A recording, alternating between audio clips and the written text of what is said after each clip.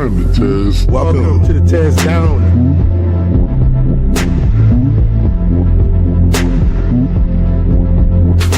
Welcome.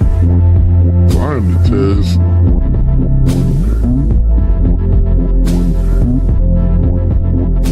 Mic check 1 2. Welcome.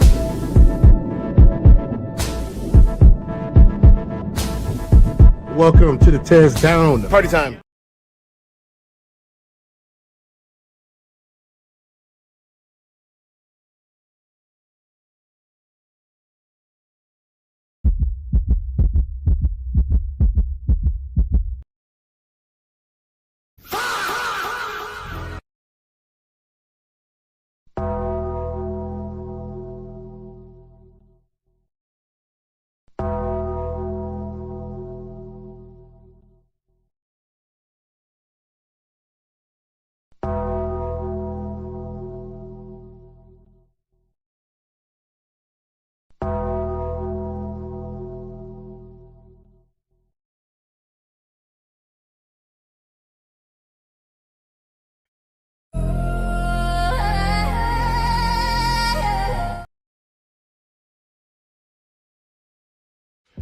Under Section 107 of the Copyright Act of 1976, allowance is made for fair use for purposes such as criticism, comment, news reporting, scholarship, research, education, and parody. Under this act, fair use is permitted use of copyrighted content that might otherwise infringe on the exclusive rights of copyright holders. The TezDown podcast is a platform for entertainment and education.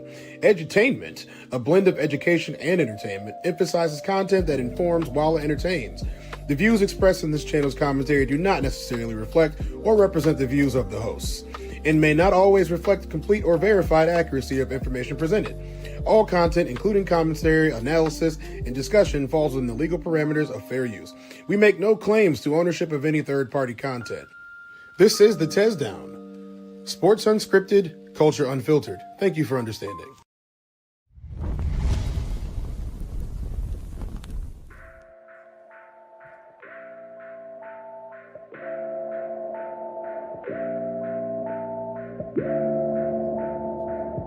Nigga, you know I'm recording, right?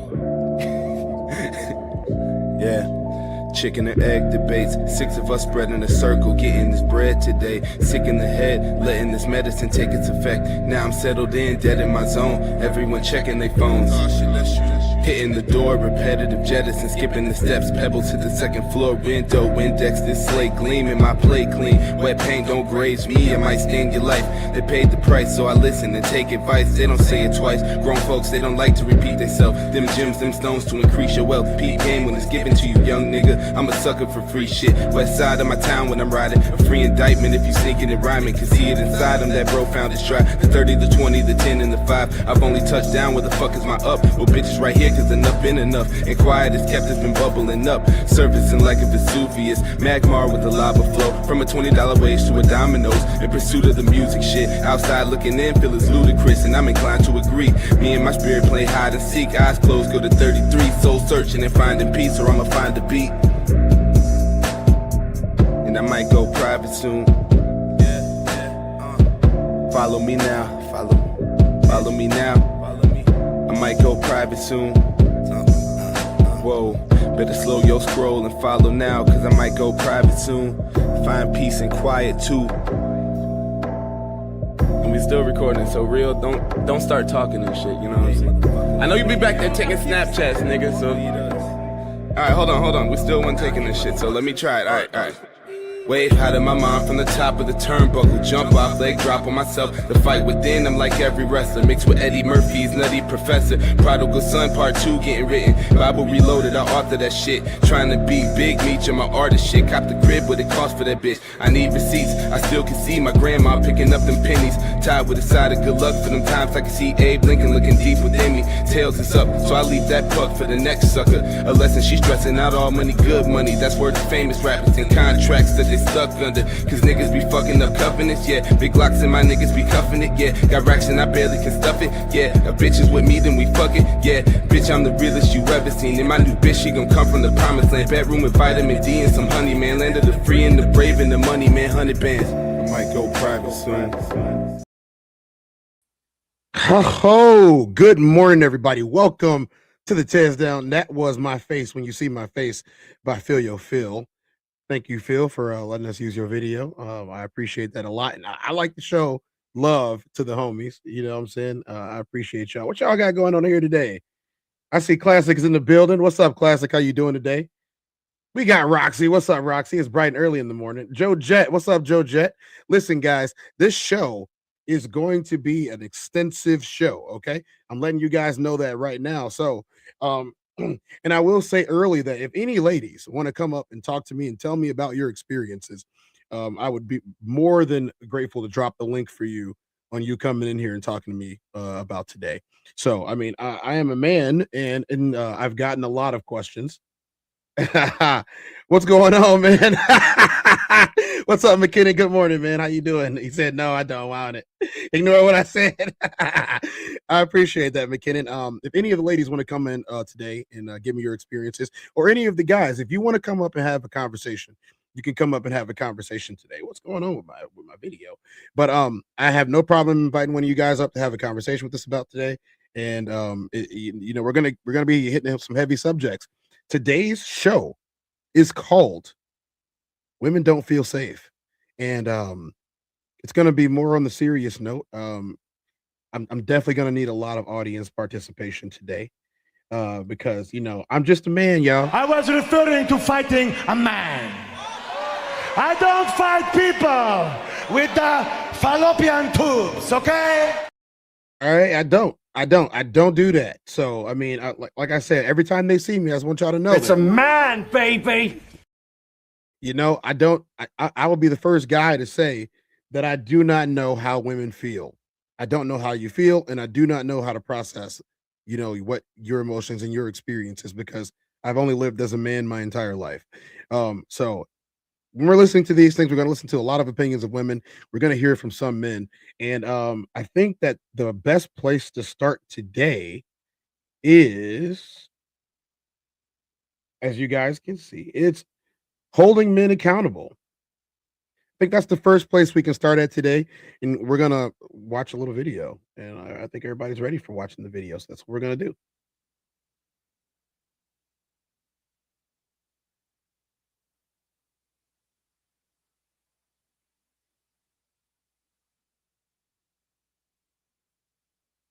As I said, I feel like I don't know, I just feel like now I see why other girls move the way they move.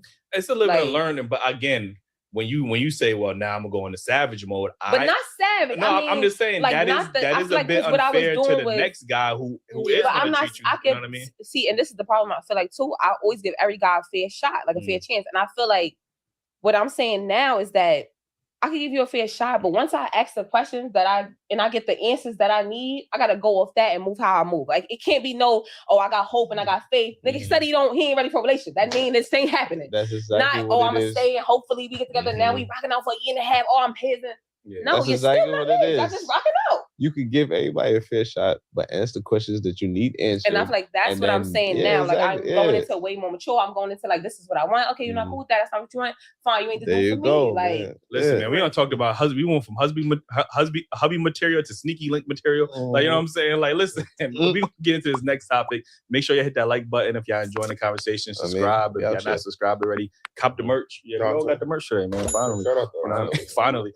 DailyRapperCrew.co. Listen, the next topic I want to get into, in what ways do we need to hold men accountable? Because obviously, when we hear the word accountability, nowadays we often refer to women needing to be accountable, X, Y, and Z. So I want to ask the ladies, in what ways do y'all think we need to hold men today accountable?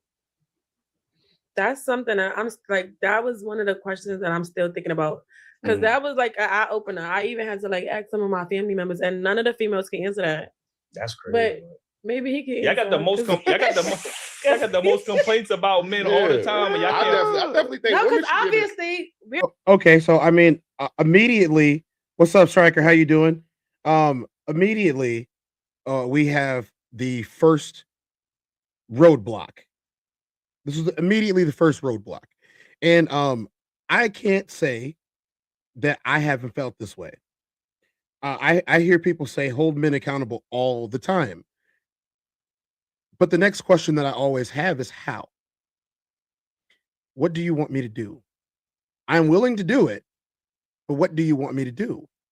And I've rarely gotten an answer. It's usually just, tell your bro not to do this, or tell your friend that he's wrong, or but at the same time, the way that men think. So I'm gonna try to break this down just a little bit. And like I said, I do need heavy participation from the ladies in the chat. I need you guys' experiences. I need to understand and listen to you because I'm a man. I've never lived as a woman, and I don't know how you feel. I'm trying to find out so I can help you.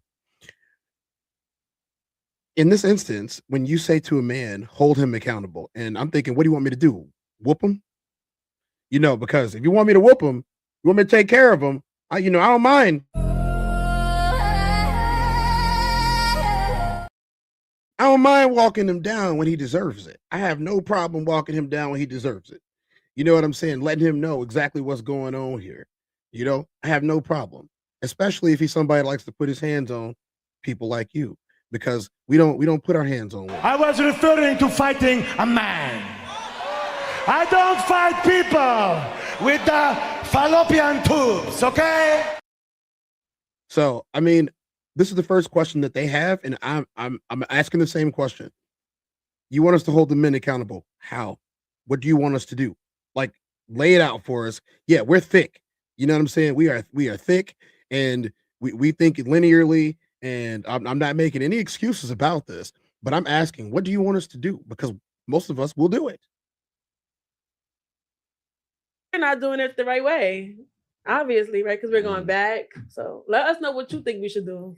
I can't tell you what men are doing wrong to you guys. You could give us advice as a big brother. But you gotta say what is something that they doing wrong. Like, no, he said, how can we hold them accountable for it? Yeah, right. So they gotta be doing something wrong for you to hold them accountable. What did a man do to you that's wrong? Like, what you mean? Like, we should leave, right? No, I'm saying, what did a man do to you that's wrong? So I can say no. You said, how can we hold him accountable? Let her go. So I feel like, how can we hold them accountable? So granted, right? I just let y'all know how I kind of led my own self on, right? But at the same time, I didn't really lead myself on because it's still things you were saying to me. It was still things that you was doing that was making me feel this way, to the point where my family could vouch for me because they playing mediator because you don't want me to leave, but you not, you know what I'm saying? So I feel like certain things would make me think the bond is that deep and you care about me enough that now that it's over, you will handle me a certain type of way. Like taking account, like, you know what, my fault. I did this, that, and third. And I apologize for even doing this or even leading you on, right? Cool. It could be a separate way, but I can't find that as a lead on once he tell you ultimately he don't want a relationship. Hit me out, right? Hold on. I don't want to go back down this road again. We're not. But if I'm saying I don't want to do this no more, because y'all not hearing what I'm saying. It's not. I'm not holding him accountable. We got to call the episode that. Yeah, I'm not holding him accountable for his actions. I'm saying holding him accountable as far as how you handling it.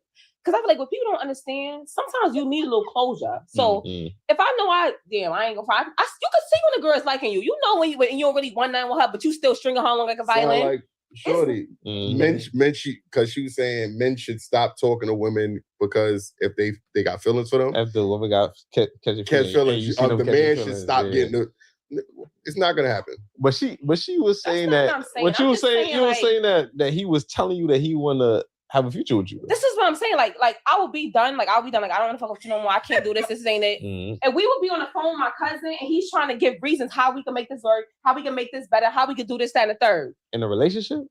Listen, hold on. Fool me once. As a friend. I'll give y'all some examples because I don't want to go back and talk about this nigga again. We've been talking about this nigga. I think in some ways that when I look at the landscape of men, how I can hold men accountable is men need to have more purpose. You know what I mean? I think a lot of men have a lack of purpose now in society. Like, you know what I mean? Especially in our community. When I'm talking to my little brothers, like there is no sense of urgency there, no purpose there for them. You know what I mean? I think more men taking accountability of their own narrative, especially Black men, their own image in the public eye. We need to do a better job at that. Accountable, we need to take more control of our mental health. You know what I mean? I was gonna say, come heal. Like, if you approaching me and we have a conversation and I tell you, like, I want to work towards a relationship, if you're gonna be dating, like, if you're not ready for that and that's not something that you want to work towards very, very soon, then just leave me alone. I feel like that's a way that they could, we need to step up in more ways of being a leader, especially within our household and even in our community. Like, you know what I mean? holding more men accountable. That's another way that men could hold other men accountable. Like you see them doing some fucked up shit, like hold that man accountable. Like you know what I mean? Treating our women with more respect. I do think now. Tell me if I'm wrong. Like I said, this is just my opinion. And I'm looking for your opinions today. I do think that most men hold other men accountable when they see them doing crazy stuff to women. I really do. I really do. I may be wrong from your experiences. I may be wrong, or maybe I just, whenever I do allow people to be around me, I vet their character to a point of where, they also have some of the same, if not the exact same values as me when it comes to protecting women. So, I truly believe that most of us do look out for y'all. I truly believe that. But there are a lot that do not look out for you at all and take advantage of you in every way possible. I'm going to continue, but we're going to get to what sparked this was the conversation yesterday. And I'll replay the video from yesterday after we get done in this section of holding men accountable.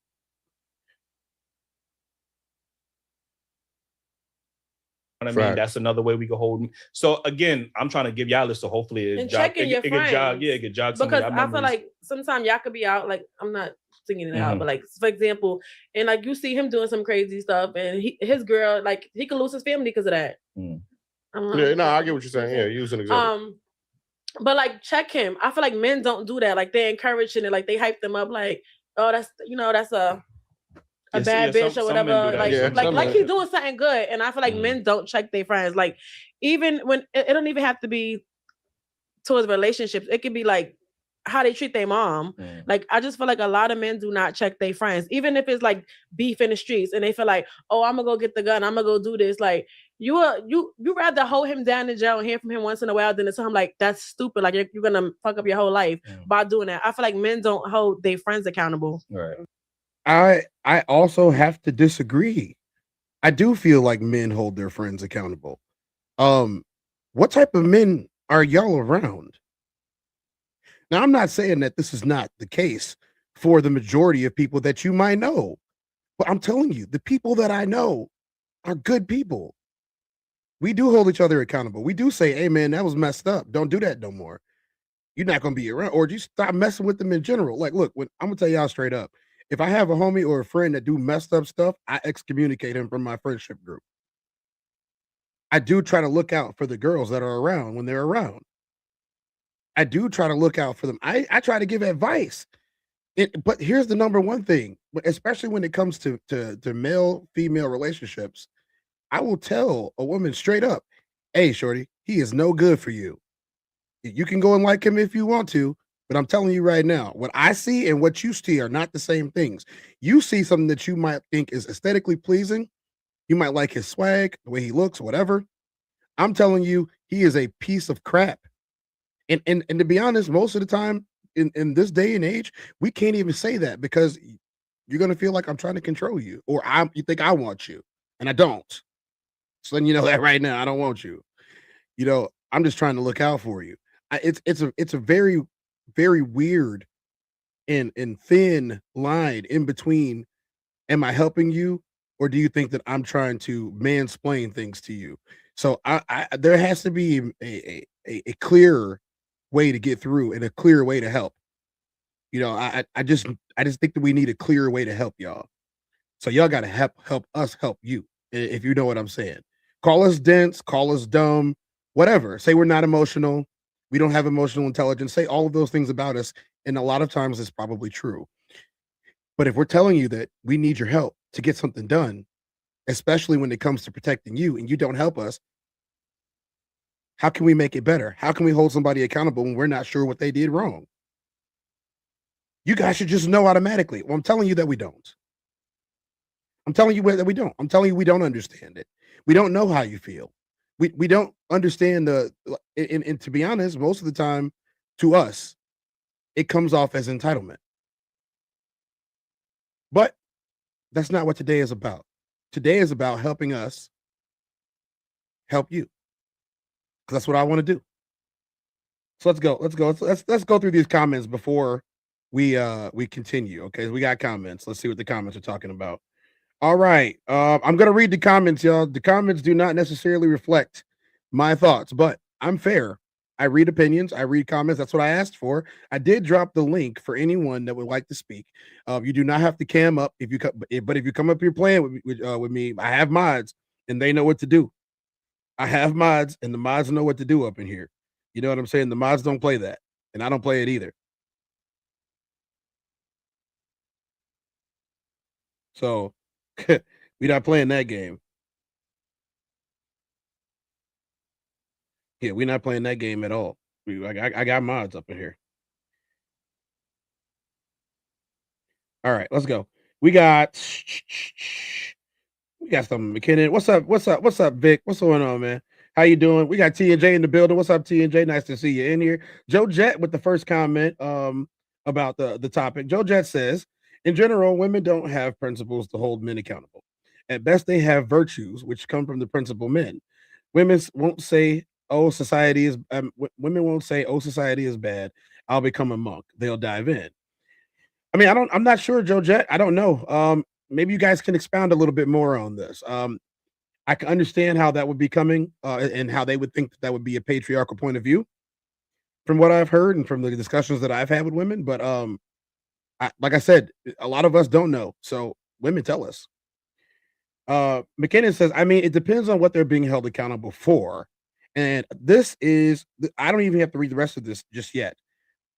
But it does depend on what they're being held accountable for. It really does. Let's go to the next one. It says, lack of self-control, disrespect, responsibilities, unwilling to talk. This isn't a one-size-fits-all question. And I don't think that it is either. I don't think it's a one-size-fits-all. I don't. I think it's the type of thing that requires communication. So let's hold that thought really quick. Joe Jet says men have to hold men accountable through a brotherhood. Steel sharpens steel. The same way men come together to form the Bill of Rights, men have to come together and define the culture and habits.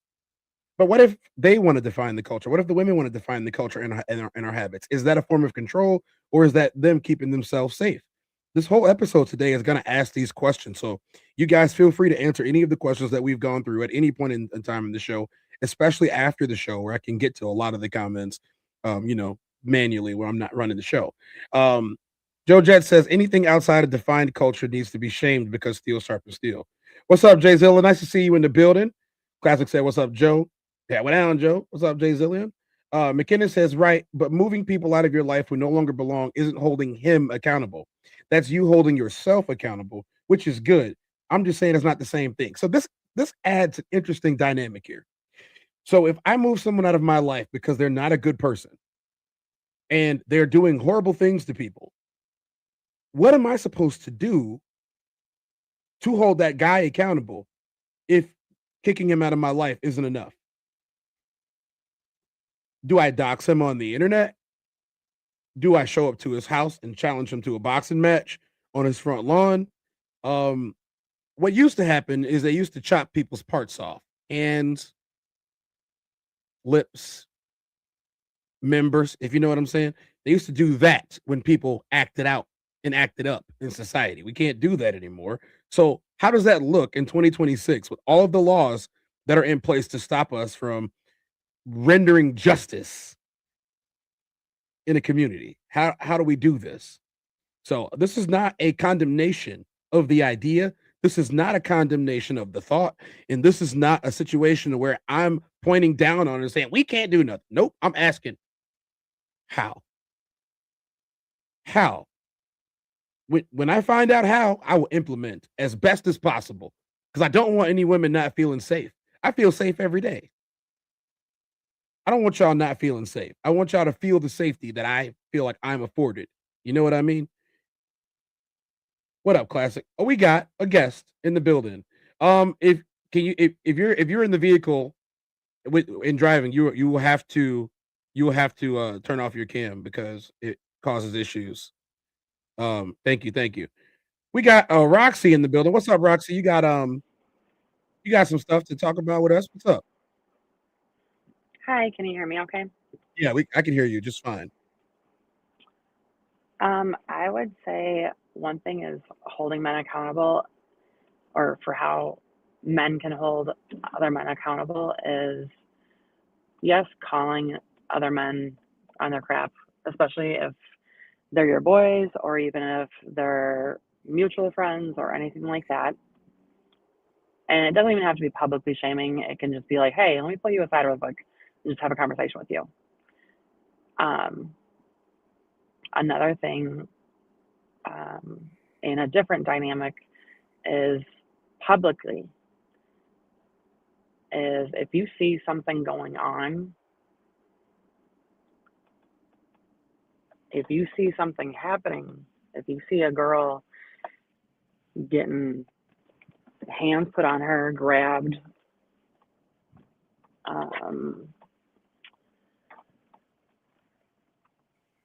any sort of a manner that you would think that would be disrespectful for your mother to be treated in, you would not be acceptable with that, or your child to be treated.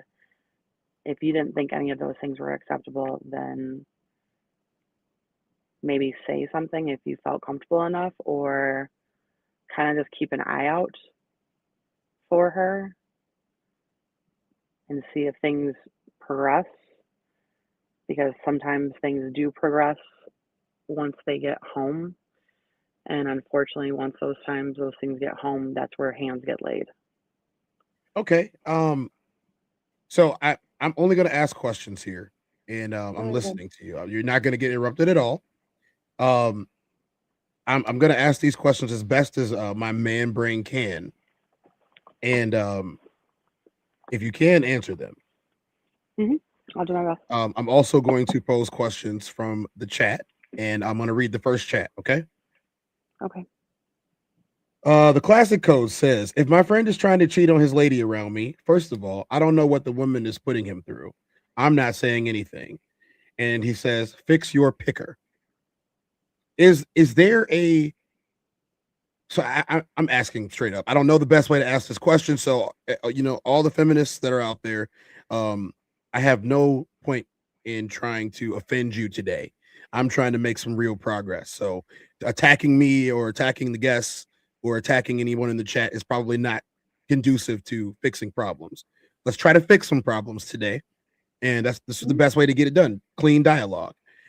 Do you think that it is another man's responsibility to interrupt a relationship when he sees that things might be going south?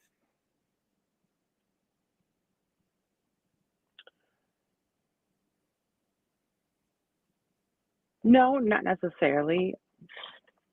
But I will say,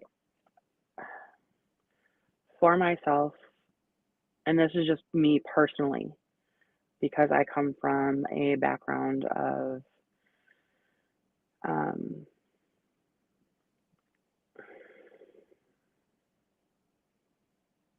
I don't know how to say this without getting you banned.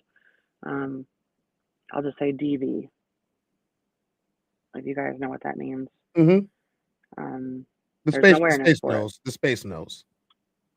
But to be honest, this is one of those shows where like it won't get me banned. It might get the video demonetized, but we're not worried about that today. Today we're worried about holding men accountable and helping women feel safer. So if there's something that you have to say, just speak freely. Can you still hear me? Because I can't hear anything you said. Yes, I can still hear you. Okay. For some reason, I can't hear anything you said. I don't know why. But I would say for that, if it comes to the aspect of cheating, and if that's your guy, maybe have a conversation like, hey, should you be doing this? If that's something you're comfortable with doing. If you're not comfortable with doing it, then fall back. But obviously, you don't know everybody's relationship. Relationships should be meant private. That's why it's called a relationship, not a relationship with multiple people, unless it's something else. But if it's just a relationship with one person, then it should be with one person. But just as an outside perspective, sometimes you can give an outside perspective, But like, hey, if you are not happy with your girl or something's going on, maybe tell the guy to have a conversation with the girl. Okay. So here's the hard part, and I just need perspective. Most men are taught to mind their own business. And when it goes through my brain, the first thing that I hear is that you want me to mind someone else's business. Am I off base here? Oh, she can't hear me. Hold on, guys. I'm gonna give her some instructions.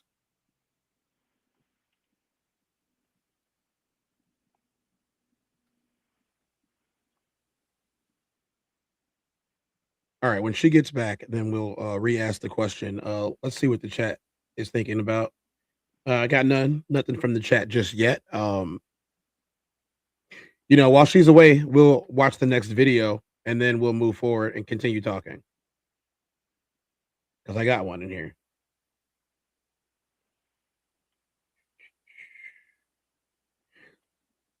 Just imagine one day you thinking you look nice, you feeling yourself, you think you look good. You decide to take a picture and you post it on social media. And you have men on the internet that would never speak to you in person, won't even DM you, scared to even comment. They decide to take your picture and take it to this random person and say, you know what? Remove that dress and put her in a bikini. Matter of fact, forget that. Put the yellow bikini on her and add baby oil. Yeah. You know what? I got one even better. Put some donut glaze on her. No. That's not enough. You know what? Put her in a diaper. What type of freak y'all dudes be on? And they be the same dudes that don't understand when women say they are not protected. Because I guarantee there's not women that's doing it to other women. Now, y'all can say what y'all want about women who quote unquote over-sexualize themselves, but that's not what she posted though. That's not what she did. So they let you know, even when a woman is not sexualizing herself, there's men who still gonna do it. And there's gonna be men in the comments that make it seem like, oh, I do protect women. No, y'all don't. No, y'all don't. Y'all, I guarantee y'all liking these video pictures and you got your own request in. But what's stopping people like this from doing this to any other woman? Whether it's your mama, your sister, your daughter, when she gets to a certain age, if she's not already at that age. What's stopping them from doing the same thing? This should not be legal anywhere. Now I see if they... So he's making some good points. There are dudes that are in these weird spaces doing a bunch of weirdo stuff. I don't know how to stop them from doing it. Me personally, I don't know how to stop them from doing it. I don't. It's especially because it's the internet. I don't know how to stop them. I can condemn them, which I am right now. People doing weirdo stuff to people's pictures need to stop doing it. It's disgusting. It is morally abrasive. And it takes away their anonymity. I mean, well, autonomy. Sorry, their autonomy. There's nothing anonymous about posting your picture on the internet, but it takes away their autonomy. What I don't agree with his statement is there are going to be men that say we defend women, but to literally shout us down for saying that we defend women because we're not defending women the way you want us to defend women, but you're not telling us how, is disingenuous. That's why today's episode, I'm inviting all the women to speak to me about this. I'm inviting women to give me their perspective, and I'm inviting women to give me instruction on how you want to be protected. And if it's possible, I have my brain, you have yours. Other men have their brains. They have, these other women have theirs. Dialogue and communication is the number one thing in building a community, especially in building a safe community. Help us. Let's welcome Roxy back to the stage. Hello, Roxy. Can you hear me now? Sounds like you're having audio issues, Yes, Roxy. I can hear you. Oh, there we go. Okay, Can you Roxy. hear me okay? Do you remember the question that I was trying to ask you? No, I'm sorry, I didn't even hear it. The question was, so for men, if we see a couple arguing on the street, nothing physical is happening. To us, getting involved feels as if we are no longer minding our own business. Mm-hmm. And that's just the honest to God truth. If I see a couple arguing, I'm probably not paying it any attention, especially if they're not putting hands on each other. How then do you want us to hold this random guy on the street accountable for being in a relationship with this woman when we don't know either one of them? We have no context of what the argument is about, and we don't know if he's physically violent to her. I don't know what to do in that situation other than put my nose in somebody else's business and potentially lose my life over it. No. I'm not saying lose your life over it by any means.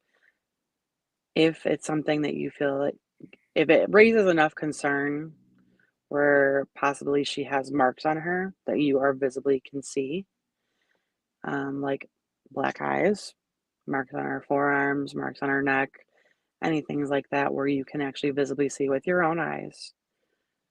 I wouldn't necessarily say for yourself to interject because you never know what can happen to yourself, and I would never want to have anybody else in harm's way either. I would say maybe kind of keep like a little bit of a watchful eye, and at that point, if it escalates further, and if you think it escalates further to a point where it needs to have police interject, then do her a favor and call the police, because it might be that point where police do need to get called, or he has hit her before, or she's maybe hit him even. It can be so many dynamics to it, and I know that in so many ways I wish somebody would have done that for me, and it would have made the world of difference as to the position that I am sitting in now compared to the position that I was sitting in before.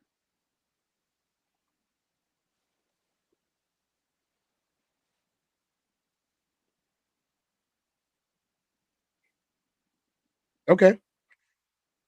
Call the police, keep a watchful eye, try to notice her a little bit more. I'm gonna be honest with you. I'm not looking at too many women on the street. Maybe No, that's I something know, that I but need to change. But yeah, I'm just telling you straight up. I'm not looking at too many women on the street. I'm not listening to too many conversations that people are having. I'm usually in my own world when I'm walking down the street. I'm observant of the world around me, but I'm not trying to dive into anybody's lives. Now, that's just what I've been taught. Now, if I've been taught wrong, it's okay to tell me. But I do like when I get advice like this. So, I mean, the point of today's show was to ask how to make you guys feel safer. I'm not asking you to talk about your personal life. I'm not asking that today. That is not something that I'm going to compel you to do. But what I am asking is, in these types of situations, you know, how do you keep people safe when in most of our viewpoint is they're choosing what is happening? And I'm not saying that that's the truth. I'm saying that's how we see it. If we see a man and a woman walking down the street, 9 times out of 10 we believe that she chose him and that she's choosing everything that comes with being with him. But that may not be the case. You know, that may not be the case. You know, there is neurodivergent male thinking to where, you know, for example, if a woman says all men, we think that's the bat signal to interject. When I was told yesterday that if a woman says all men, she doesn't want to listen to any man speak after that. She doesn't care if there are 50 guys that don't do this, or 100 or 1,000 or even 10,000. She just wanted to say what she wanted to say, and she just wanted to be heard, and she wanted to be seen, and she wanted to be acknowledged, even if she was wrong. I don't know But this is what I was told yesterday. If you care to expound, I'm listening. I really am. I think it's one thing for you got to know your audience, or the people that you're around, because I'm not a person to try to say all men or anything like that, because I, first of all, try not to judge anybody. I give everybody their own individual, pretty much platform to stand on, whether or not it's just to be themselves, and to not group them in a group of all men, or all men are bad, or all men are this, or all men are great, or all men are cheaters, or all, like, I try not to go with the stereotypes. I cannot stand stereotypes in the general sense myself. For men, women, it doesn't matter who you are. But I definitely think it's one of those things where it's like, sometimes a woman just wants to be heard. Sometimes a woman will pick a fight just to pick a fight for no reason. I am not one of those women that will pick a fight just to pick a fight. If I am adamant about something, I'm going to be very adamant about it, until the point where if I feel like I'm not being heard, then you're going to hear my silence. Okay. So let's get some of these comments, and then if you want, you can stay in the studio. I'm going to play some more videos. We're going to move on to the next part of this. But you can stay in the studio if you want to expound, if you want to comment. Any of the women that want to come up today, you guys are welcome to come up and expound upon this. I'll listen to you guys. We're going to move on after these comments, though. Joe Jet says, women want protection through understanding and love. They want men to know how to have boundaries that protect them, but still allows them to have a voice and enjoy life. But there's miscommunication. I do believe there's lots of miscommunication. But here's the thing, Joe Jet. Today, I don't mind hearing your opinion. I don't mind reading it. I'm not really going to expound on what I think women want or what women think. I'm asking women what they want today. But I'm listening to everybody. McKinnon Marketing says, mind your business is about discretion, not indifference. It doesn't absolve you of your moral obligation to act when someone is in danger. Agreed, McKinnon. Joe Jet says, because too many women are manipulating. And Joe Jet says, women have to also understand men and not focus solely on what they want. It's like buying a dog for protection, but it runs away. Why? I think Joe has offered some interesting things. So if you want to stay in the studio, Roxy, go right ahead. I'm going to move on with our next video of the day. And this is our title video of the day. This is from Sid's Internet. We're going to listen to Sid speak, and we're going to go through Sid's video today, and we're going to talk about it, guys. I'm going to try not to interrupt Sid too much. I don't want to be an interrupting man today. So let's go. How many stories you guys have of people ending up in dangerous and even life-threatening situations because of their unsafe posting habits on social media? This all started when I posted an Instagram reel warning people about posting identifiable things about where they live and the places that they go to routinely. And I used the example of an unnamed influencer who used to live in my city who learned this lesson the hard way. So many people had similar stories based on what they witnessed online, or even had their own personal experiences to share. So much so that I went to YouTube to share some of these comments. After that YouTube video also gained a lot of attention, I created an internet safety series on this channel to discuss this topic more in depth. These things happen to people with unsafe posting habits so often that people in the comments were trying to guess the influencer that I was talking about in my original Instagram. Okay, so before we get going, she's talking about unsafe posting habits. So what the guy was talking about earlier was people who post and then people manipulate their pictures on the disgusting version of of social media called Twitter, or X.com, owned by the billionaire Elon Musk and his AI company Grok, and what they do over there. If you guys are well aware, a lot of the people over there, they're problems. They're PDFs and they're hiding, and you can post whatever you want, but at the same time, there's lots of liberated people over there, and they're doing whatever they want too. So it's a breeding ground for a mess. This is why I don't use X, and this is why I don't use Twitter. But as we continue on, we're going to listen to what they're talking about, and she is going to offer some ways to help you help yourself, as well as to help us and see what is in the brain of a nice young lady.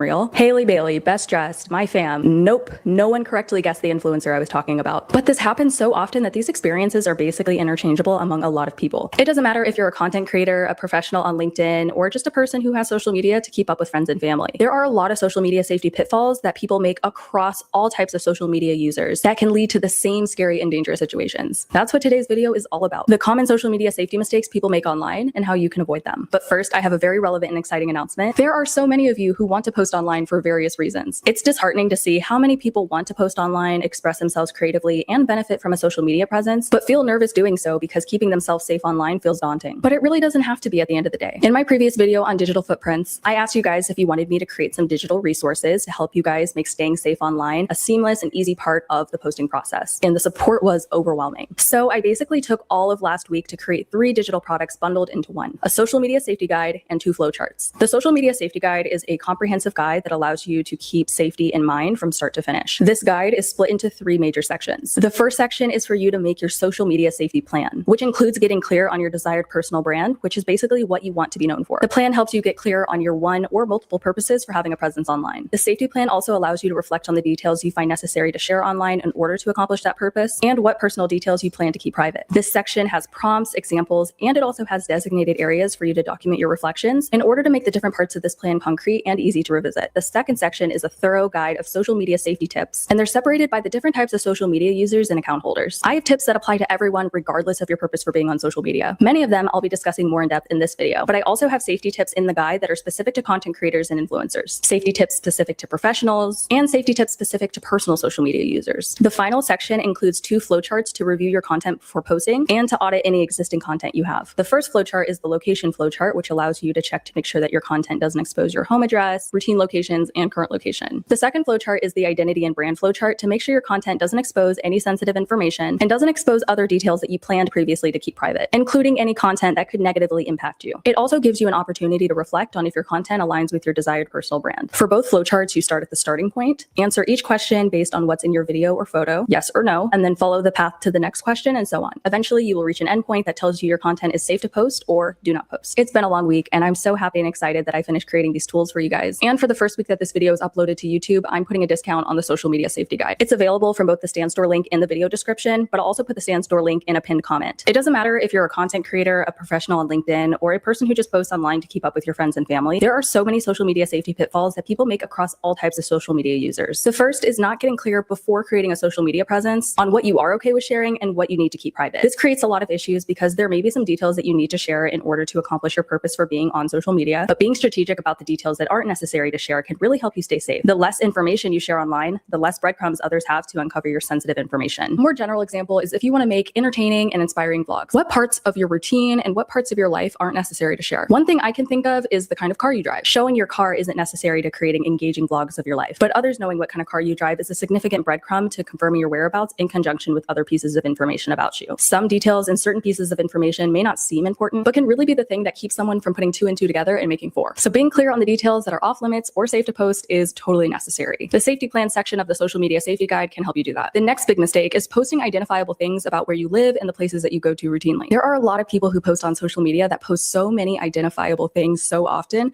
to the point where a lot of people know where they live or where to find them at any given time. This is what my original Instagram reel and a lot of the stories that you guys shared were centered around. I won't spend too much. I definitely want to talk about that for a second.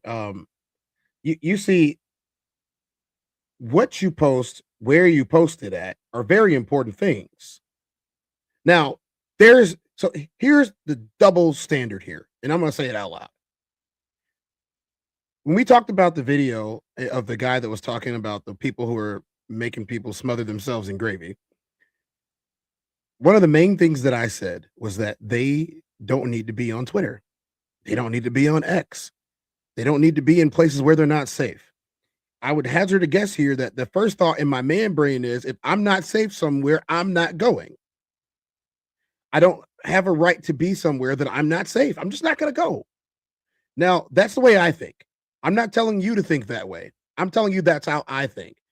I'm going to bring back Roxy so I can, ask Roxy what she thinks about that. Roxy, where you at?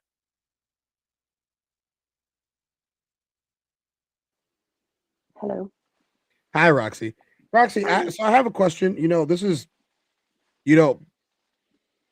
it's just a question that I have. You can answer it any type of way you want. You know, there's no judgment here today. I have to know, is it a problem for you to tell me or any other man that you don't feel safe in an area? And are you going to be offended by his response if his response is, "Oh, that's cool. Don't go over there anymore"? How does that make you feel? And is it dismissive, or is it judgmental, or because I don't want to come off that way. I don't want to be that way. You know, but I do think that I'm solution oriented, and I think that's where that comes from. Like if you are going over to a mutual friend's house or going over to some location. No. If you told me that you don't feel safe on Twitter because there are creeps on Twitter, then stay off. That's just my opinion. Is if you don't feel safe on Twitter, well, then why would you go on Twitter? You can also protect your own self and make your own safe space. It doesn't just have to be only by the men. It can be done by yourself as well. We have to acknowledge and take responsibility of our actions as women and not put ourselves in certain situations or certain locations or certain social media sites or certain websites or whatever it is, and be proactive to not allow us to get to that point where we don't feel safe. And if we are there and we don't feel safe, it's okay to say it. But if the response is, don't go there, I don't think there's anything wrong with it, because that's also a person helping to hold you accountable. And if you don't want to be held accountable, then don't say it. Like, are you just talking to vent, or are you talking for solutions and action? What if they're just talking to vent? Then don't give them any answer. That's where sometimes conversations have to be stopped. Like with some of my friends, I will, especially my girlfriends, I will talk to them. I'm like, okay, do we want solutions or do we want to just vent? And if you just want to vent, by all means, go ahead. I will be here to listen. But I naturally am a person that likes to try to help solve the problem as much as I can and give you solutions or give you a different perspective of things. So if I can do that, I'll do that. If you don't want to hear that, let me know. And you won't have that. I will then respond with just listening out and listening to you as a person. But you also have to realize, if you don't start the conversation out like that way, sometimes you're opening it up to getting feedback that you may not want. Especially if you started that conversation, you open the door. In what situation do you want feedback?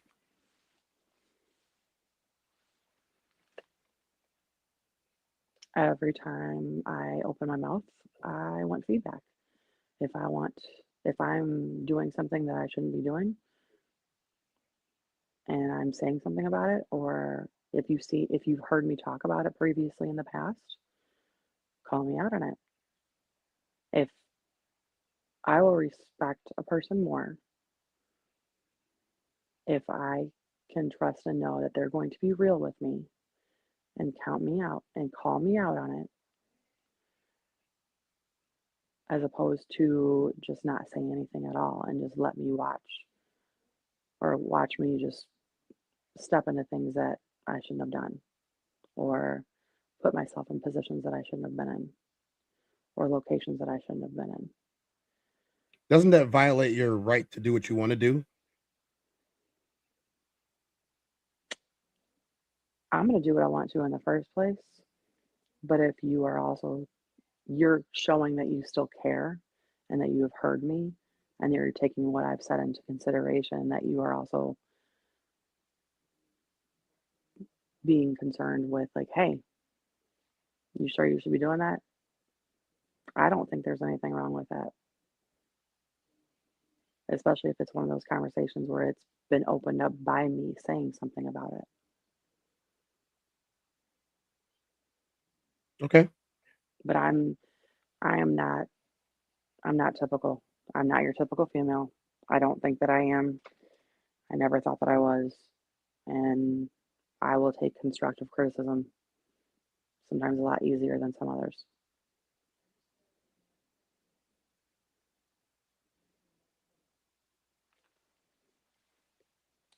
Much time explaining this one because my first YouTube video on internet safety and the Instagram reel also went into depth on this. You can watch the internet safety video on this channel if you haven't. The next mistake is posting anything on your social media stories or your feeds in real time. This is another one that gets people into some dangerous situations. If you want to post a restaurant or a concert or an event that you went to, you don't want to tell everyone where you are right this second. Wait to post the content after you've left the location. Social media should really be a lagging measure of your life and experiences, not a play-by-play on how to get access to you right now. The next mistake is posting content from a vacation or a trip while you're still traveling. In most cases, it's best to wait until you return from your vacation or your trip to post content from the trip. This is usually to avoid letting people know that your home is empty. So if you live with other people, the risk might be lower. Like you're on vacation, but your roommate's still home. But I would say it's still a good practice to be cautious, and especially just making sure that you're not posting details of your trip and where you are and what you're doing in real time. If you're going to post while you're still on vacation and while you're still traveling, make sure that you've already moved on from that area. It's really common for people to want to show the hotel or the resort or the Airbnb they're staying at. A lot of these places are really beautiful and picture worthy, but if you're posting pictures and videos on your story and feed at the hotel and resort that you're currently staying in, people know exactly where to find you. So just wait until you've already gone to a different area. Maybe you moved on to a different resort for your trip, you've moved to a different hotel for your trip, or you're on your way home and then you want to post. The next mistake is exposing your sensitive information verbally or through what you show in your content. This one is the unboxing videos that people do, and the box that they're opening has their address label clearly visible on it, or they're sharing content with clips of their car, but then the license plate is visible, or those parents who post pictures and videos of their children, but their children are wearing their school uniform,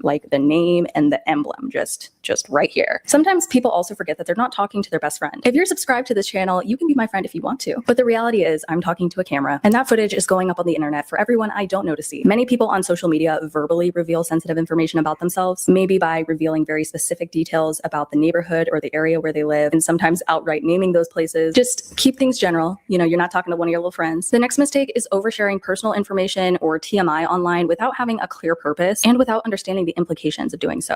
Just keep some experiences between you and your journal, you and your therapist. In my previous video on digital footprints, I used the example of Alex Earle and her retelling of her puke dress. And actually people in the comments mentioned that she also shared that she wore a bodysuit for Halloween and it was so difficult to take off that she just peed through the bodysuit for the night. The only reason why we all know these things about her is because she puts them on the internet. In all seriousness, I know that Alex Earle comes from a very wealthy family and is now very wealthy herself, being a popular influencer. So her sharing these things will probably have little impact on her life and her future opportunities. But for most of us common folk, employment, job interviews. Many employers are not going to consider you as an applicant if you have a public history of unpleasant overshares. There are times where being vulnerable online or sharing a situation that you went through or are currently going through can be a great thing, but it has to be tasteful. It has to have a purpose. To some people, it can seem weird and very TMI to say, make a video about your health issues or something that you were diagnosed with. Your health conditions are a private thing, but it does make sense if that person is sharing that journey to connect with others going through the same thing, or who have loved ones going through the same thing, or they just want to bring more awareness and education around it. I think that there are a lot of ways to create something great out of something traditionally considered TMI. But at the end of the day, there has to be a purpose. The next mistake is posting anything that you're not okay with being known for, and posting content where you don't feel prepared for the potential feedback and reactions it could generate. These two things I just said are pretty similar. If you don't want to be known for internet safety videos, don't make videos on internet safety. That was a cheeky example, but people associate you with what you're putting out. That's all the more reason why it's important to be clear on your personal brand, or what you're okay with being known for, what you desire being known for, and also knowing what you're not okay being known for. It's okay to not want to be associated with certain topics, but it helps to be clear on that up front. The next mistake is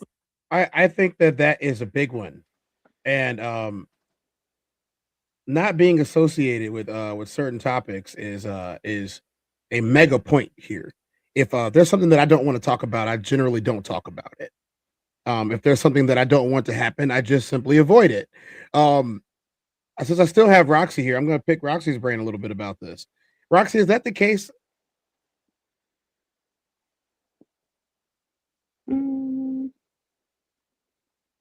Yeah. If you don't want to talk about it, then don't. It's like one of those things you talk about things that you want to talk about with people that you're comfortable with. And if you don't want to talk about it with anybody, you usually don't open your mouth. Yeah. At least for me. I'm not just one that just goes and talks to everybody and tells everybody everything. Okay. So in this instance, in this scenario that she has brought up and on here, when you're posting online and you get a nasty comment, what's the first thing that goes through your mind?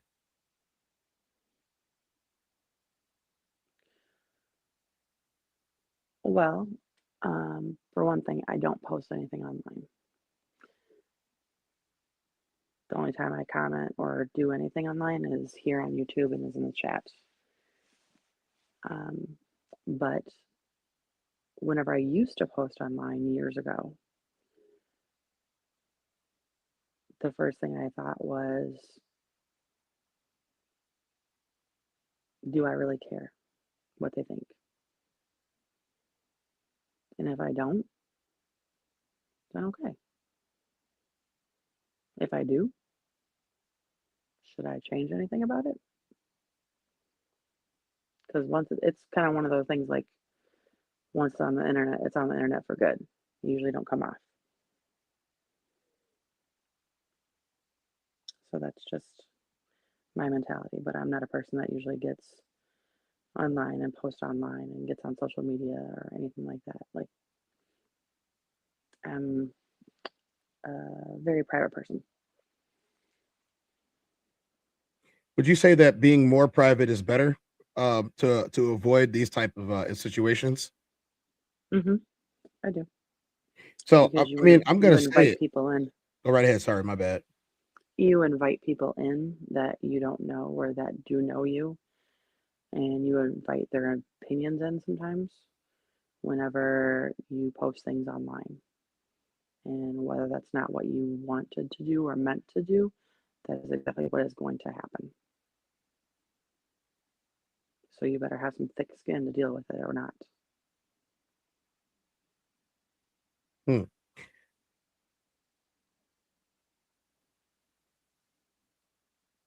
What would you have if you did post something and someone said something or did something in your comment section?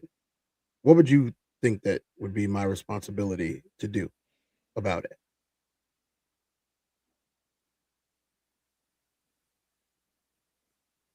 Your responsibility, and like how? How can I help keep you safe online after you posted and someone said something nasty to you?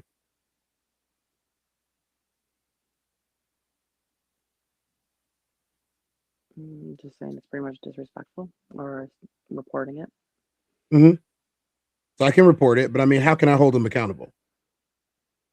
You really can't. It's social media. There's going to be keyboard warriors everywhere, and they're going to do what they want to do. They're going to make accounts or make multiple accounts and continue to keep making multiple accounts and do whatever they want to do. It's hard with social media. That's why I say, like, that's why I am very private with social media, and I don't post things on social media because I don't also look for that satisfaction and gratification from social media either. Well, and unfortunately, a lot of people do these days, or a lot of younger kids do these days, and that's where they're learning how to get it from, where to get it from. They do. I want to give a big thank you to Roxy for showing up today. And if anybody else wants to come up, you're welcome to come up. We're going to continue on today's show. Thank you, Roxy. Feel free to rejoin the chat. Thank you. We got more video, guys. We're going to finish up the online safety for women. We're going to go to the next section after this. And we're going to have dialogue, and I'm going to give you guys a take from a man's perspective. We're going to finish up this section first, though. So you guys stick around.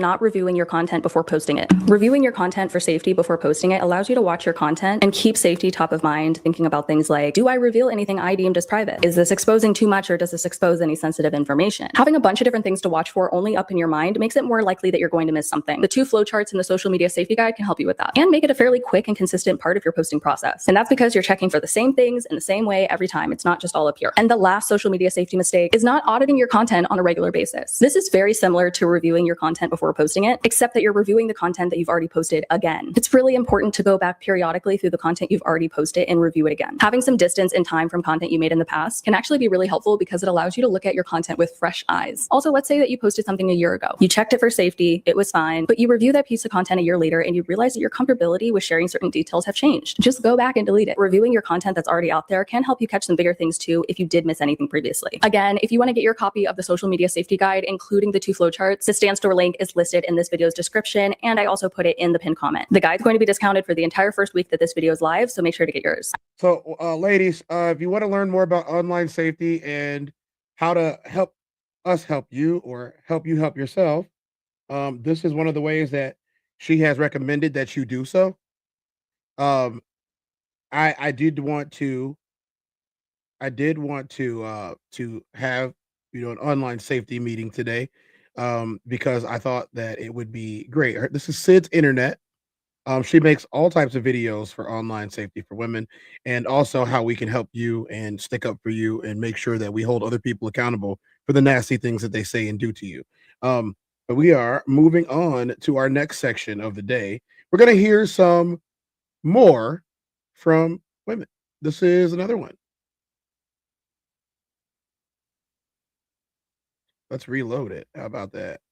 Have a lesson on common sense and online safety. If you are building a following on social media, you really have to be smart about what you post. And I mean this in the sense of your locations. I mean this in the sense of the things that you own. I mean this in the sense of where you live. Never take videos or pictures outside of your house, especially if you own your house. Because if you own the house that you live in and your real name is being used on social media, it is very easy to find your address simply by a picture in front of your house. I've seen this happen on social media before where someone literally just took a picture in front of their house, not really thinking about it. Google Earth, Google Street is very easy to use, especially if all they needed was your name that's on social media and the picture of the front of your house. And they could cross-reference it with public documents.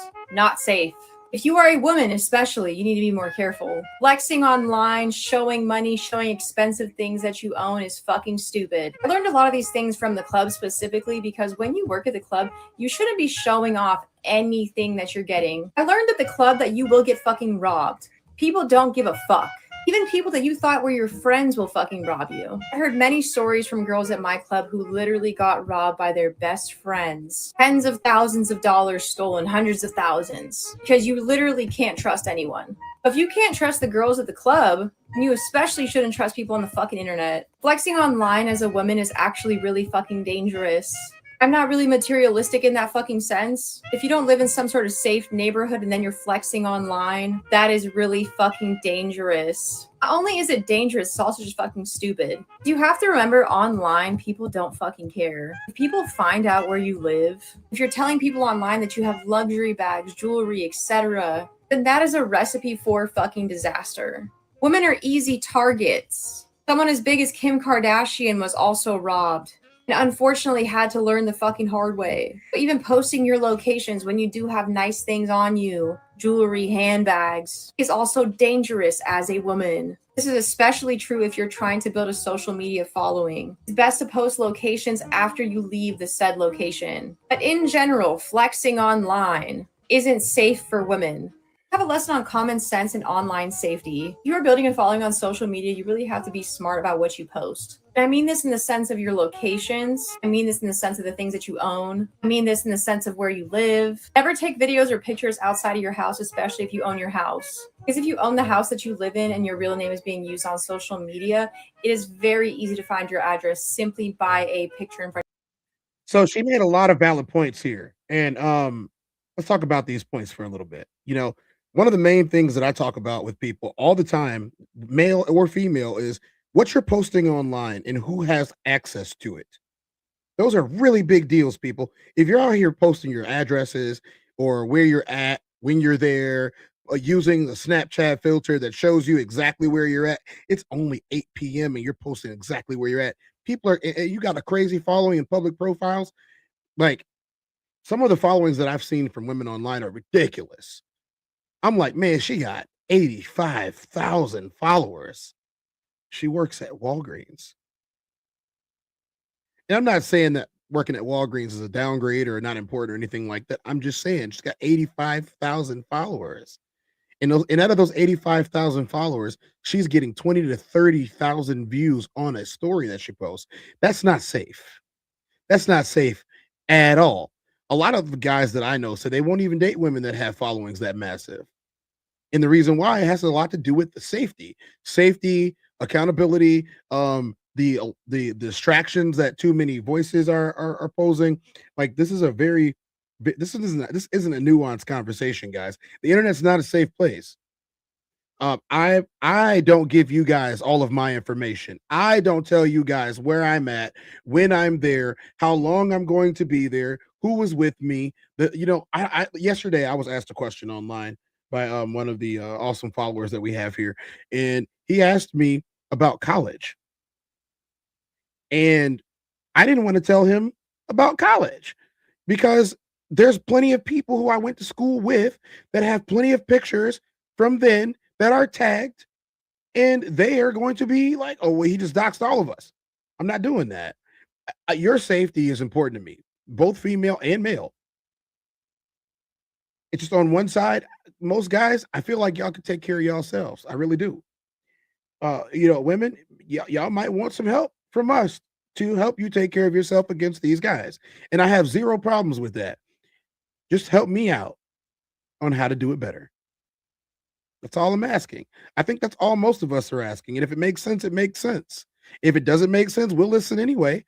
The things that we don't want to do is we don't want to cause great bodily harm to others and ourselves because it's not legal. If it was legal, we'd be having an entirely different conversation. Me, on the other hand, when it comes to defending one of the women that are in my life, I'm a little bit more militant about. I have no problem walking somebody down for one I love. I'm just keeping it 100. But there are some people that they do have a problem with it. They don't want to get physical with anybody. They don't want to get violent with anybody. They don't want to bust a grape in a fruit fight. They don't want to do that. You know what I mean? And then there's the people that just would rather yell. Shadow, relax, Shadow. Shadow. They just want to wolf at them. So, on to the next one. Let's go. Let's get it going. Let's get it going. We got some stuff to talk about today. We are not done. We are not done. Okay.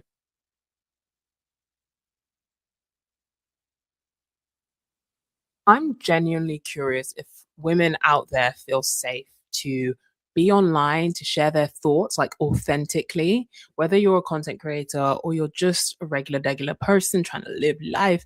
Do you share your real thoughts online?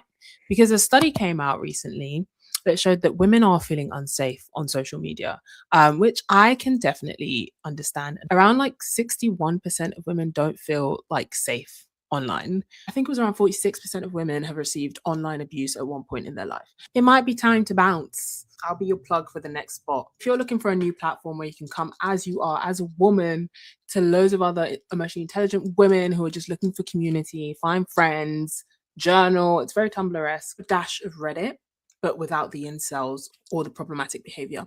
Check out Communia.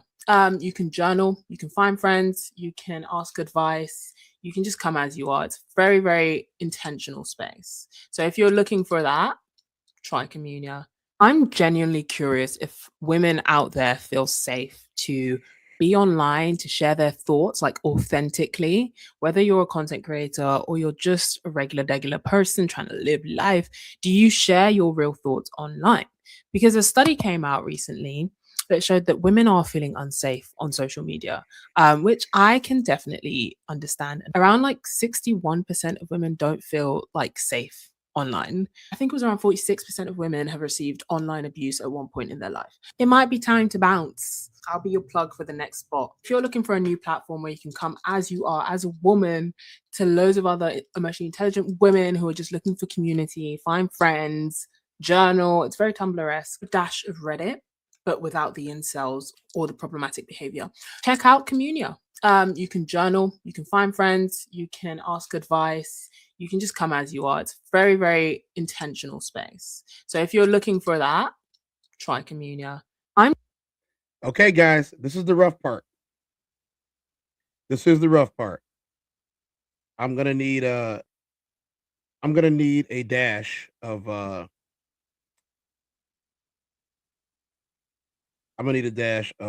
of opinions here.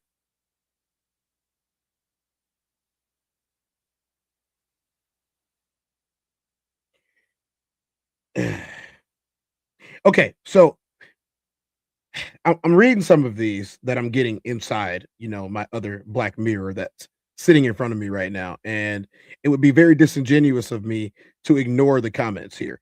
So one of these comments says, the reason why women don't want to go to a website like this is because they still feed off the attention of men.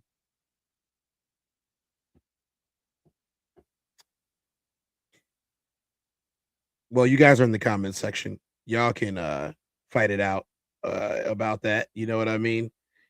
Y'all let me know what you think about that. Once again, under Section 107 of the Copyright Act of 1976, allowance is made for fair use for purposes such as criticism, comment, news reporting, scholarship, research, education, and parody. Under this act, fair use is permitted use of copyrighted content that might otherwise infringe on the exclusive rights of copyright holders. The TezDown podcast is a platform for entertainment and education. Edutainment, a blend of education and entertainment, emphasizes content that informs while it entertains. The views expressed in this channel's commentary do not necessarily reflect or represent the views of the hosts, and may not always reflect the complete or verified accuracy of information presented. All content, including commentary, analysis, and discussion, falls within the legal parameters of fair use. We make no claims to ownership of any third-party content. This is the TezDown. Sports unscripted, culture unfiltered. Thank you for understanding. All right, so my advice yesterday was very simple. And, a lot of people didn't necessarily like it, but a lot of people thought that it was valid. I thought I was trying to help. I thought that I was doing my due diligence and making sure that women felt safe and protected. And my advice was to stay off of places like Twitter, where there are Reddit, places where there are, I don't know, thousands, hundreds of thousands of people that just want to prey on your image in one way, shape, form, or another. And just, they want to attack you. When it comes to men, we get attacked all day too by other men. We do. I'm not discounting the fact that women are getting attacked by men on the internet. I'm not discounting that one bit. Those guys need to stop. Me personally, I don't argue with women about things, as you're well aware of. I was referring to fighting a man. I don't fight people with the fallopian tubes, okay? No, I don't. And if I'm somewhere that I don't want to be, get out of here. Get out of here, man. I do. I'm not sitting around waiting. Hours later. To change. I'm not trying to change anything at that point. I'm just trying to leave and get out the space that I'm not welcomed in, I'm not safe in. If I'm in a bar or a club or and I don't feel like this is going well, hey, I'm gonna holler at the homies. Hey, y'all, let's get up out of here, man. It's about to go down in here. But I can totally understand why a woman would not feel safe anywhere or not feel safe in public. I totally understand that. I want to help. I really do. Sometimes, in my opinion, and if I'm wrong, women in the chat, y'all let me know. But sometimes, in my opinion, it's probably better just to not be there in the first place. I know that sounds terrible to say because you have every right to be there. But in certain places, there's a certain reputation that those places have, and the people reflect the reputation of the business. The people reflect the reputation of the space. And there is a certain level of disrespect that you're going to get on the internet that comes from assholes and jerks and incels and all of these things that we can talk about. Those types of people are terrible. There is a space that is man-free for women to share all of these things at. It is called Communia. Communia. I would recommend a lot of women, in my opinion, I'm trying to help. I'd recommend that you Take a look at it. At least give it a shot. I'm not saying you have to leave all your social media behind and go there. I'm just saying give it a shot. You might find that it is a more conducive place for you to share the type of things that you want to share that you're proud of without having some greasy fingered, incel drooling all over your pictures online. I also recommend making your profiles private. Women, make your profiles private. Men, make your profiles private. Make your profiles private. People should not need to know everything about you. They don't need to know where you ate at last night. They don't need to know what you wore last night. They don't need to know where you're going. They don't need to know that you're at the game. They don't need to know that you're out of town. They don't need to know any of this stuff. People do not need to know intimate details about you who don't know you. They don't. They don't need to know you got cracked last night. They don't need to know that it was good. Well, I post pictures of the date, but I don't post pictures of the guy that I'm dating. It doesn't matter. That's going to make the guys jump down on you even more. And then I got to go in the comment section. I'm going to go in the comment section. And then they're going to be like, oh, well, dang, he took you on a nice date. You couldn't even post his face.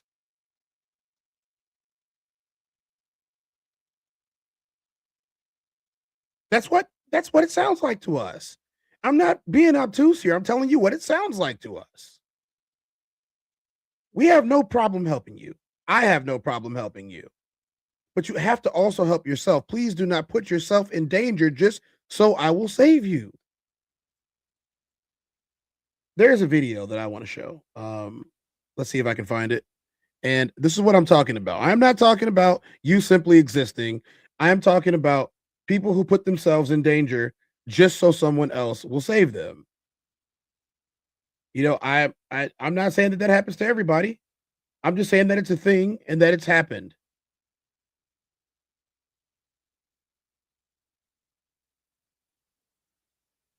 Let's see if I can get it in its own.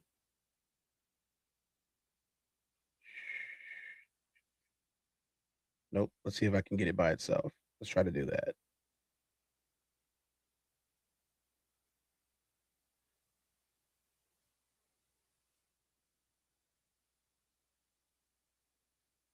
Yeah, if I can get it by itself. There we go. I got it by itself, guys. So let's go.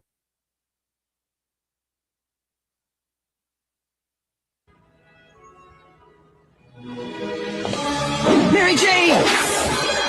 Why did you do that? To prove to myself that you'll always be there for me when it really counts. You will. Mary One more Jane, time. Will you marry me? Mary Jane! Why did you do that? To prove to myself that you'll always be there for me when it really counts. You will. Okay, so now I understand that that's a little bit, outside the norm of what most people would do. I guarantee you that most of you wouldn't jump off a building to have someone prove to you that they care about you and that they'll always be there for you. I'm pretty sure that's not the case. But the point that I'm trying to make with this is, if you're going to an extreme to get the attention that you want from the person that you want it from, you might have a bad result. And the bad result might be he might have missed. He might have missed. It's also disingenuous to be like, what have you done for me lately? I'm just asking the questions. I don't know. So let's hit the comment section. Roxy said, how about never post any location? Be aware of your background and your pictures along with smaller businesses or local team or school logos and mascots. Digital data is more than just what you can view. The classic code says all these adjustments just so these 304s can overshare in peace is crazy. Classic said, how about you take heed to the environment around you and make the necessary and appropriate adult adjustments. Roxy said, facts, you're not wrong. She just might need to hear more than just stay away or off of there. Women want more of the why answer to understand the what reason better. Okay, I want to address this part. She said women need more of the why answered to understand the what reason better. Can you expound on that? I don't want to put words in your mouth, and I don't want to take it the wrong way or negatively and not, not be, forward coming here or, forward thinking. As far as the adjustments go, I do think that there is an idea inside the male brain that you're posting for attention. I've been told by many women over the last couple of days they don't post for attention at all. My thought is, why is it public? I don't know, because I can't tell you why you did what you chose to do. I can't. I refuse to tell you why you did what you did. I'm going to ask the question. The next question is, would you have a better day if you didn't post it? And most of the time, the answer that I get is, why can't she just post in peace? And my answer is because there are creeps out there. There are creeps, and no amount of forward thinking is going to stop the creeps from creeping on you. But I will tell you something that I was taught. And you guys can tell me if I'm wrong or if I'm archaic in thinking it.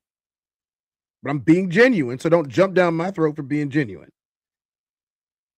I was always taught that violent men are stopped by equally or more violent men who have control over their violence.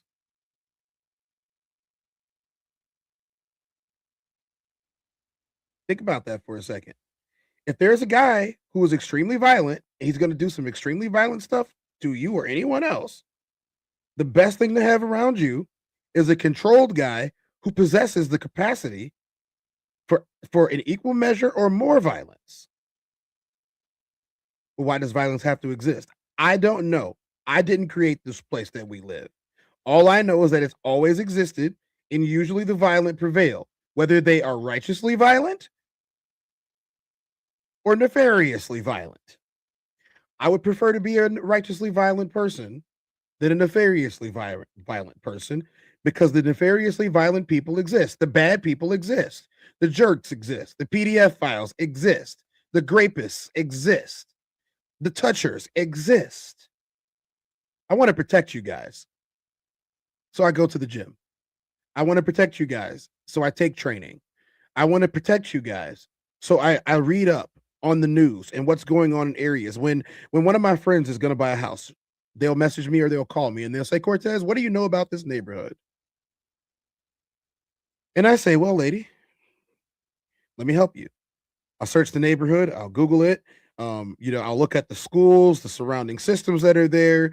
I even look up if they have certain types of stores where problems seem to frequent. Do they have a Waffle House near? Do they have a Dollar General near? So on and so forth. Where's the nearest Walmart? You probably don't want to buy one that's on a street corner or an open street or a main street or any of those things where they don't have the right amount of infrastructure to keep you safe, especially if you're living alone or if you're living alone with your children as a single mother. So my question is, why the pushback? Well, you don't want anybody to tell you what to do. I don't want to tell you what to do. I really don't. I don't think that I own any of you. And if I don't own you, then I don't want to tell you what to do. I can only suggest from my perspective what I think is going to help you and stand up for you when you can't stand up for yourself, or when you standing up for yourself isn't as effective as me standing up for you. I'll tell a creep to stop being a creep. I'll tell a ninja to keep his hands to himself. And then if I got to put him down, I'll put him down. But you have to help me too. You have to help me too. You have a right to do and say whatever you want to do and say. You don't have a right to avoid the consequences of such. I worked in some spaces for a really long time. And in those spaces, we had certain people in those spaces that weren't necessarily looking out for the people that were there. I wasn't one of those people that didn't look out for the people that were there. I wasn't. I was one of those people that decided that I'm going to take a stand and I'm going to make sure every time that somebody leaves out of here, if it's a woman that's going to her car, I'm going to make sure that I walk outside and I'm going to make sure she gets to her car safely, especially at 4:00 in the morning. When the bartenders leave, I'm going to walk the bartenders to their car. I don't even like them. I don't even like them. Let me be honest. I did not even like most of the bartenders that I worked with. But I walked them to their cars to make sure that they were safe and to provide a little bit more protection for them, because yes, they still might get attacked and I might get attacked too, but my presence should be a deterrent for all bullshit that people are trying to pull on you. My advice, ladies, even if you're not into men, get you a good male friend that you can trust. Stop looking at all of us with the lens of we're all just trying to use you, because we're not. Some of us just want to see y'all be safe. Get you a good male friend that you can trust and rely on. It is good having a good male friend, a big, strong male friend that can protect you. I'm not telling you not to go to Krav Maga. I'm not telling you that go to Krav Maga is definitely going to help you out. I'm not telling you to not hit the gym. Going to hit the gym is definitely going to help you out. I'm not telling you to take self-defense class or not to take self-defense class. Just take them. Get yourself some pepper spray for your keychain. They sell them everywhere now. Get yourself a nice little poker so that if you do need a little extra oomph. But that's in public. In public, you have a little bit more ways to protect yourself. In private, on the internet, they got all these fake profiles. There's more Facebook accounts than people on planet Earth. Weird, right? And some of those people on there are going to get on there and say and do weird stuff to you. And it's disgusting. I don't like it. I don't like seeing it. That's why I stay off of these websites. For the most part, I'm off Facebook.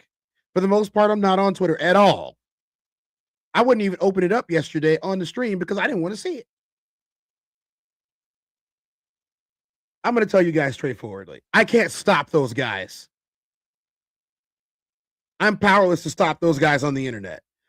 My report button only goes so far.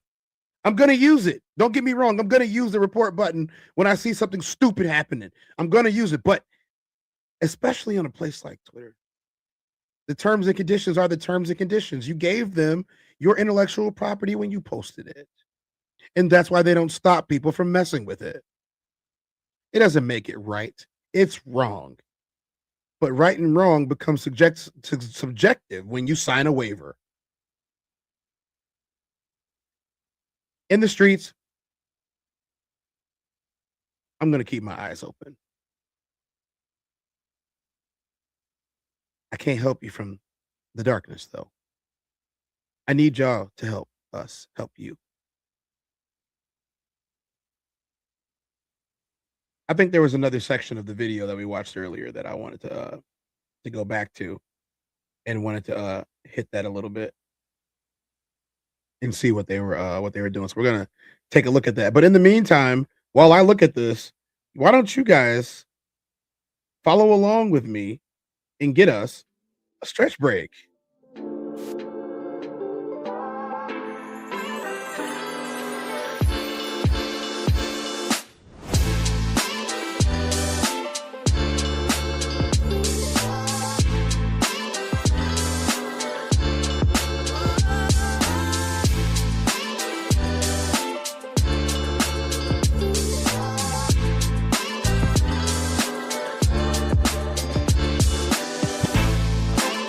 That right over left, y'all.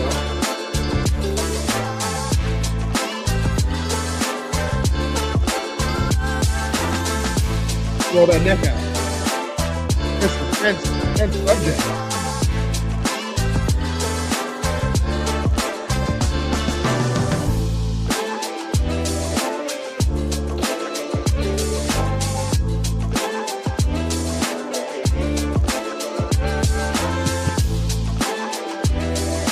Other side.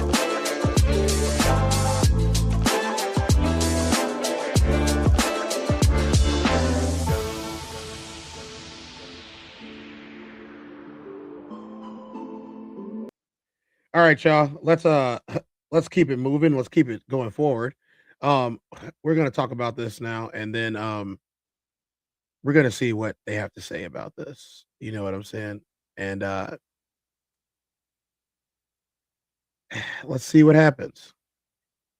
This was more of their conversation, and it was talking about what being a husband is like. And I got one section after this, and it's the last part of this today's show. After this is probably going to be very divisive, and I don't think that it should be, but it probably will be. And I'm just going to do it anyway because I think it's necessary.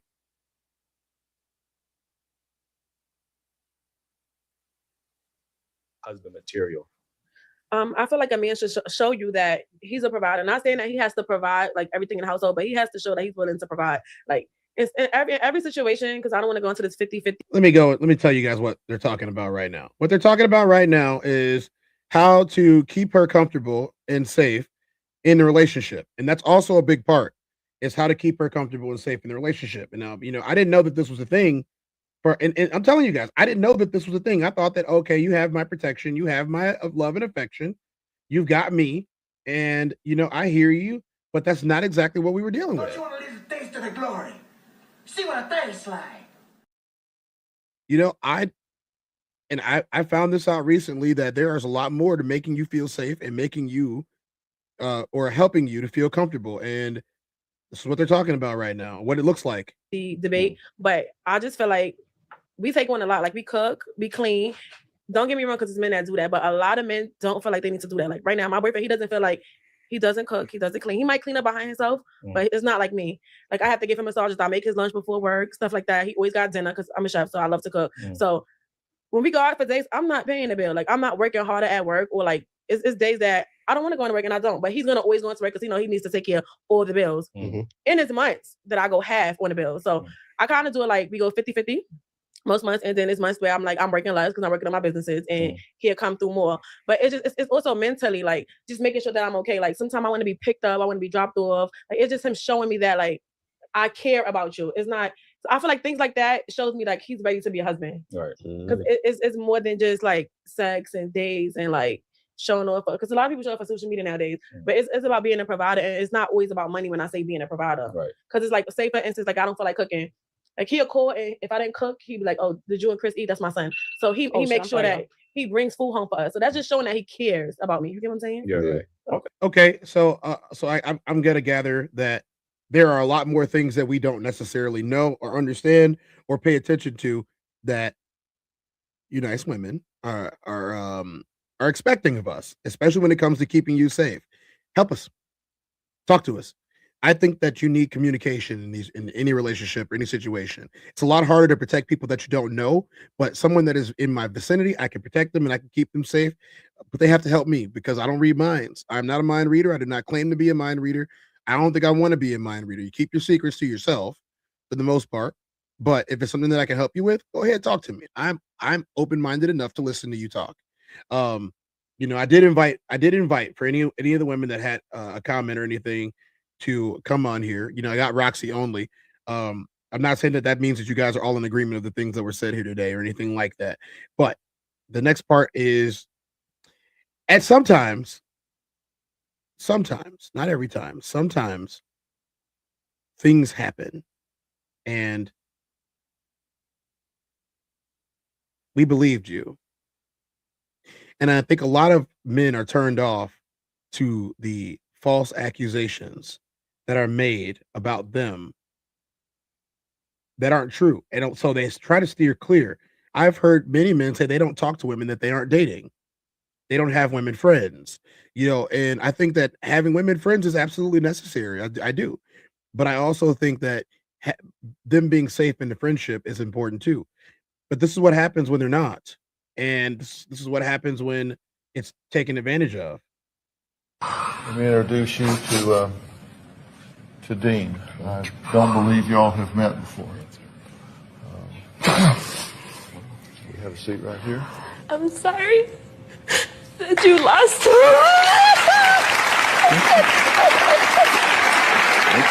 I'm sorry. I didn't mean to hurt you. I just wanted to tell the truth. I'm so sorry.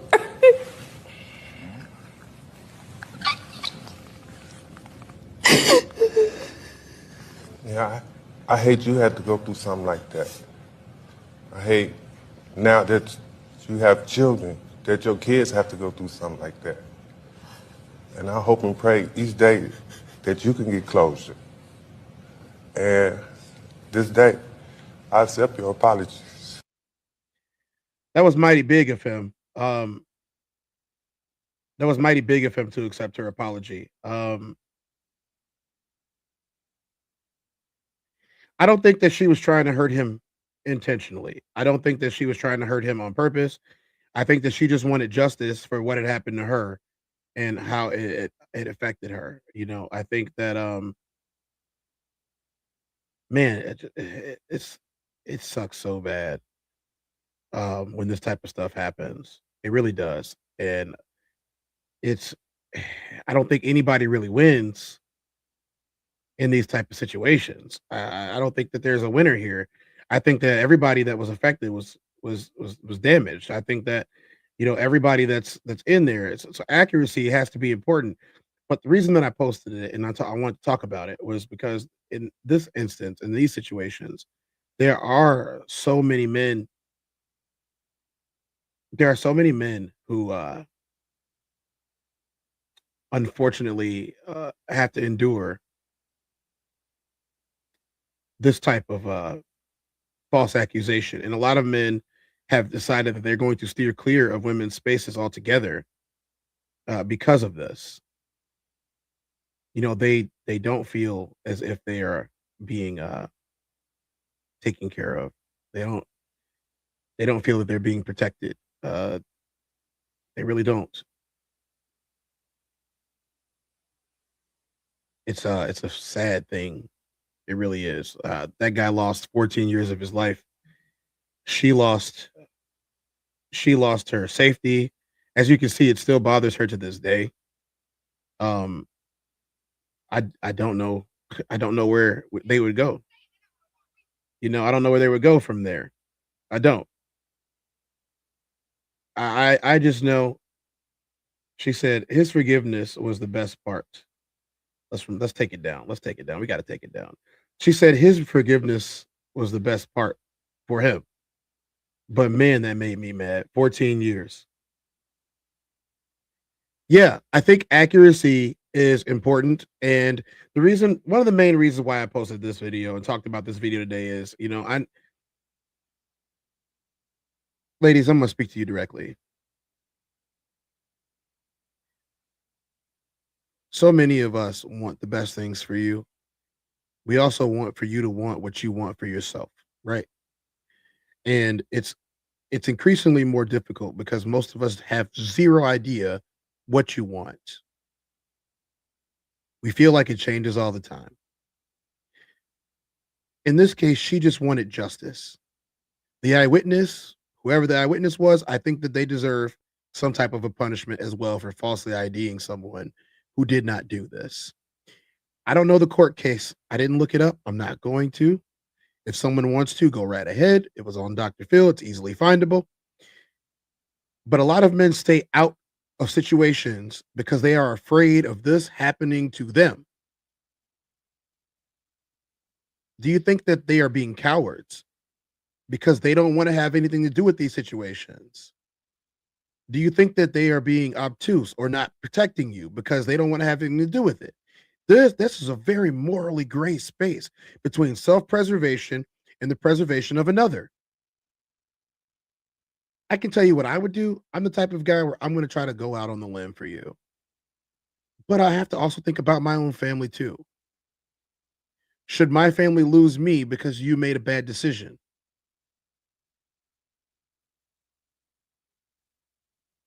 This is such a hard spot to be in, guys. I'm offering and extending you guys grace. All I'm asking is that you give it back. I'm just a man. I'm just a man, and I'm trying my best out here.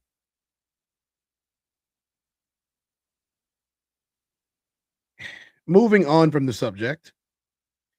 This is not the end of this, I guarantee it. But moving on from the subject, my only disclaimer and my only statement that I'm going to make about this is I want to see women protected. I want to see women safe. I hate that you guys can't go outside and feel safe. I hate that you can't be on the internet and feel safe. I hate that you can't do anything in today's society without feeling safe. The unfortunate problem that I have today is I don't know how to protect you in the way that you want to be protected. Just tell us. It's that much easier. Just tell us. I only got Roxy commented about this today. All the women that watch my show, and only Roxy came up and talked to me about this. Help me help you. That's my plea. It's Black History Month. Yes, it is. It's Black History Month. We only have a couple of days left in Black History Month. And I want to remind you of what happens when people start thinking too much and talking too much without knowing what they're talking about.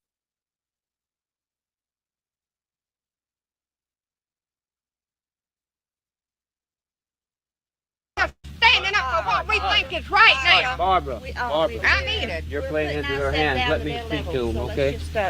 In the name of God, how much more are we supposed to take? Take from what? From you people. I mean, you people. You sound like I'm a dog or something.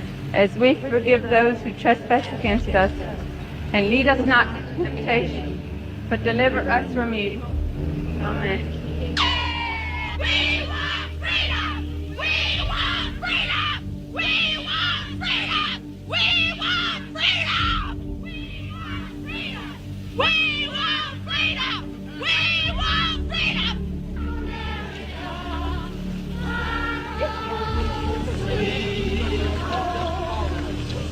Don't you think we're doing it? No, because we need our rights. They want all the rights. They're not going to give it to us.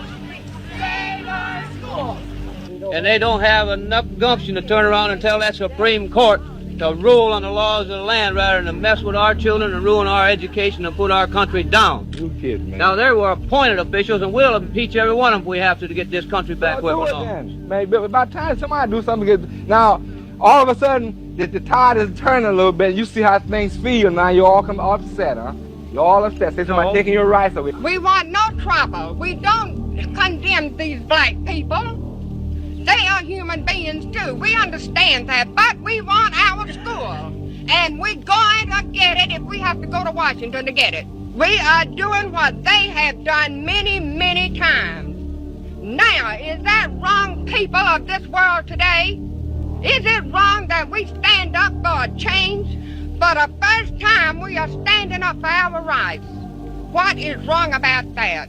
And why did he have to come over here? To order us to do what they want us to do. Now we're not going to do it. That is over. These people fight for your rights. And I mean fight for what you think is right and what's in here to fight for. You got a heart, you got a conscience. Fight for it. And give it all you got. And I mean the people of the world today better do it. Because if they don't, they're going to be dominated throughout this world by this federal government which is dominating the world today. No matter who you are, black or white, if you feel that it's right, fight for it. But fight for the right thing. Don't create a disturbance, but fight for what you got and for what you worked hard for. In my opinion, if anybody has the right to fight, it's the Indians. They were the ones that were here in this country before the black people or before we were. If anybody has a right to fight, they have a right to fight for it. Thank you, Chanel. I appreciate you. This video is very hard to watch. It wasn't hard to watch because it's not anything that we haven't experienced before. It was hard to watch because there's so many things that were so inbred into the black community over generations that the same prayers. We say the Lord's Prayer before every football game. The guys get in a circle together, they say the prayer, and then they get the game going. After the game, both teams get together. Even in the NFL today, both teams get together in the middle of the field, they kneel down, and they say the Lord's Prayer. Every single time. Every game. There's not a game that goes by that we don't. And she's saying that she prays to God to silence us. The same God that so many people pray to, she's praying to.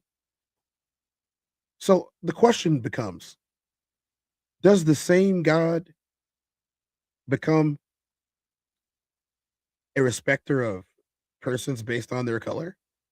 This isn't a biblical question. This isn't any of that. This is not religious. This is an ethics question here.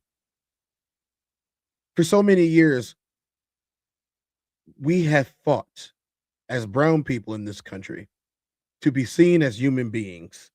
For so many years, we have fought year in and year out. We've gotten Juneteenth, we've gotten Black History Month, and even our own people decide that they don't want to celebrate it and they don't want to acknowledge it. And that's fine. I'll tell you guys a personal story.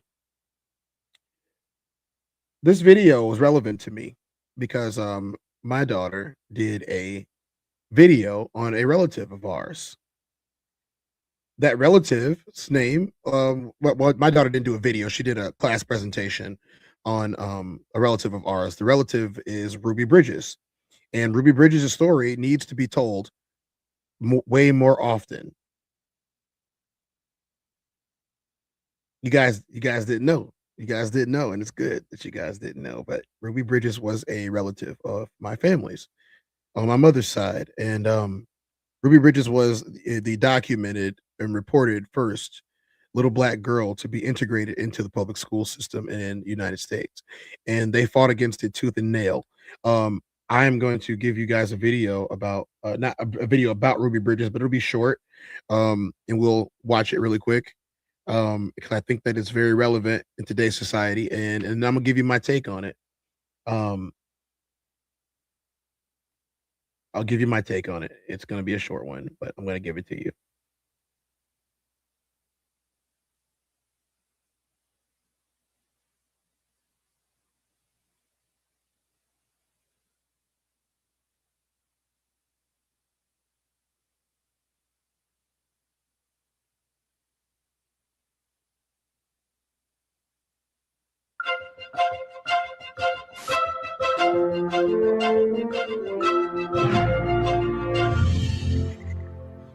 November 14th, 1960, was the first day of first grade for 6-year-old Ruby Bridges of New Orleans.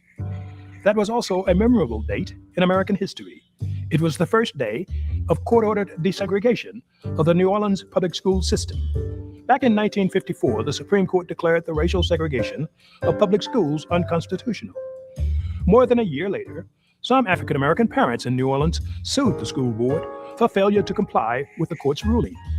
Finally, after almost 5 years of legal wrangling, a federal order was issued, demanding the gradual desegregation of New Orleans schools, beginning with the first grade.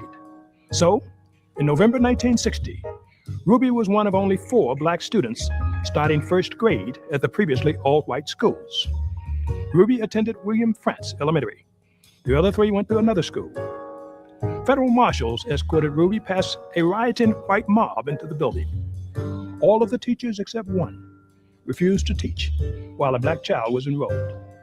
And within that first week of classes, nearly all of the white students in the schools had withdrawn. In Ruby's class, she and the teacher were the only 2, and it stayed that way for the rest of the school year. Despite the continued threats and retaliation against her family, Ruby remained at Frantz Elementary, and in 1961, she advanced to the 2nd grade.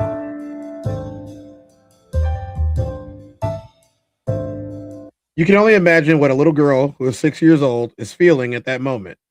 You can only imagine. I can only imagine. You know, my school wasn't segregated. When I first started, you know, I can tell you guys this. I was living in the city of Chicago, and I was going to school in the suburbs, and it was a culture shock for real, going to school in the suburbs, but living in the city of Chicago. And yes, it was illegal. I ain't gonna lie about it. It's too late now. What you gonna do? Take my degrees away? Sorry, I already got them. You can't take them. That's what happened. I wasn't living in the town. I was living in the city, and I was going to go to those suburban schools because those suburban schools had a much better education score than the city schools did at the time. They probably still do, to be honest. And there's a lot of benefits that I got from going to school in the suburbs. You know, it was different than my parents having to afford private schooling in the city. You know, being the oldest of 7 kids. You know, it was much different, but I'm telling you, I got a good education, and yeah, there wasn't as many of me out there at the time when I started, But over time, more people came out there, and it was a nice little melting pot in the area that I lived in. It's a nice place to live, which is exactly what the slogan of the town was. You know, sometimes our opinions about other people are wrong, and sometimes our opinions about other people are rooted in doctrine that we've been given that isn't true. Sometimes our opinions of ourselves are rooted in doctrine that's been given that wasn't true. I ask everyone today to take your power back. Take your power back. Stop giving people power over you every single day. Stop letting someone who made a rude comment about you ruin your day. Who cares what they think? I don't. I don't care what they think about me. I don't care what they say about me. I'm going to do me today, tomorrow, tonight, next week, the week after that, the week after that, and the week after that. I'm going to do me. I'm going to do anything I want, when I want, and how many times. I may take some flack for that. I may. But I'd rather take flack for doing what I think is right and believing in myself and not letting anybody affect me than anything other than that. So, today's show was rough, guys. I ain't gonna lie. It's probably one of the roughest shows, the hardest shows to do that I've ever had. And I challenged myself to do this show today to show that I do care about women's issues. I do care about you guys feeling safe, because I'm a firm believer that there's nothing better on planet Earth that the Creator created than a woman. My plea remains the same. I can do only so much to help you. But if you feel as if you don't have enough help me help you. Have a conversation with me. Have dialogue with me. Give me points as to why you believe what you believe. Our brain chemistry is obviously different. Between men and women, our brain chemistry is obviously different. I don't think anyone can point at the both of us and say that they're not. But if there's something that you want in this liberated world that we live in today, you got to talk to me. You got to talk to those other guys. Talk to your guy friends. Don't treat your guy friends like the help, as I've seen. Stop letting simps take advantage. Stop taking advantage of simps. A lot of ways that and that's advice that I'm giving. I'm giving unsolicited advice right now. Ladies, stop taking advantage of simps. If you don't like them, let them go. Let them go find their forever home. Don't draw them in and use them even though you don't like them. Those men, 90% of the men in your life, women, they like you or they're in love with you. Some of it is healthy, some of it is not healthy at all. Why can't we just have friends? I'm gonna tell you, they're not made that way. They're not made to be your friends. They're made to be your lover and your protector. That's the truth. Most of them wanted to get married when they were 16 years old. That's how they're built. You can't change biology. You can't. You can't change biology. You can't alter physics. You can't do any of those things. You can adjust how you approach situations. That's what I'm doing right now by talking to you, is adjusting how I'm approaching the situation. You say you want help. I say I want to help. You show me how, because my way obviously isn't working for you. Might work fine for me. It's not working for you. Help me help you. Hopefully the next time we have this conversation, I have a little bit more participation. Or you guys can check in with the panel that's going to be happening soon called the Queen's Codes. The Queen's Codes is a place where all the women that come on to the Queen's Codes on the Classic Codes channel are allowed to say whatever they want, whenever they want, and how many times. Classic keeps it to a minimum. He's just a moderator. He doesn't cut you off, only stops you when it's absolutely necessary, as a moderator should. And you can get out all of your feelings and all the things that you want. If you guys want to be a part of the women's panel where you have all the women talking, there's other women that you can talk to, please send a email. I believe it's, let me get the right email so I don't make a mistake.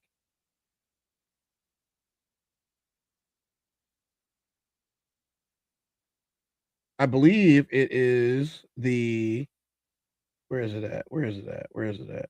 I believe the email is, yes, theclassiccode777@gmail.com. Ladies, you can email the classic code. I'm putting it in the chat. The classic codes 777@gmail.com for an appearance.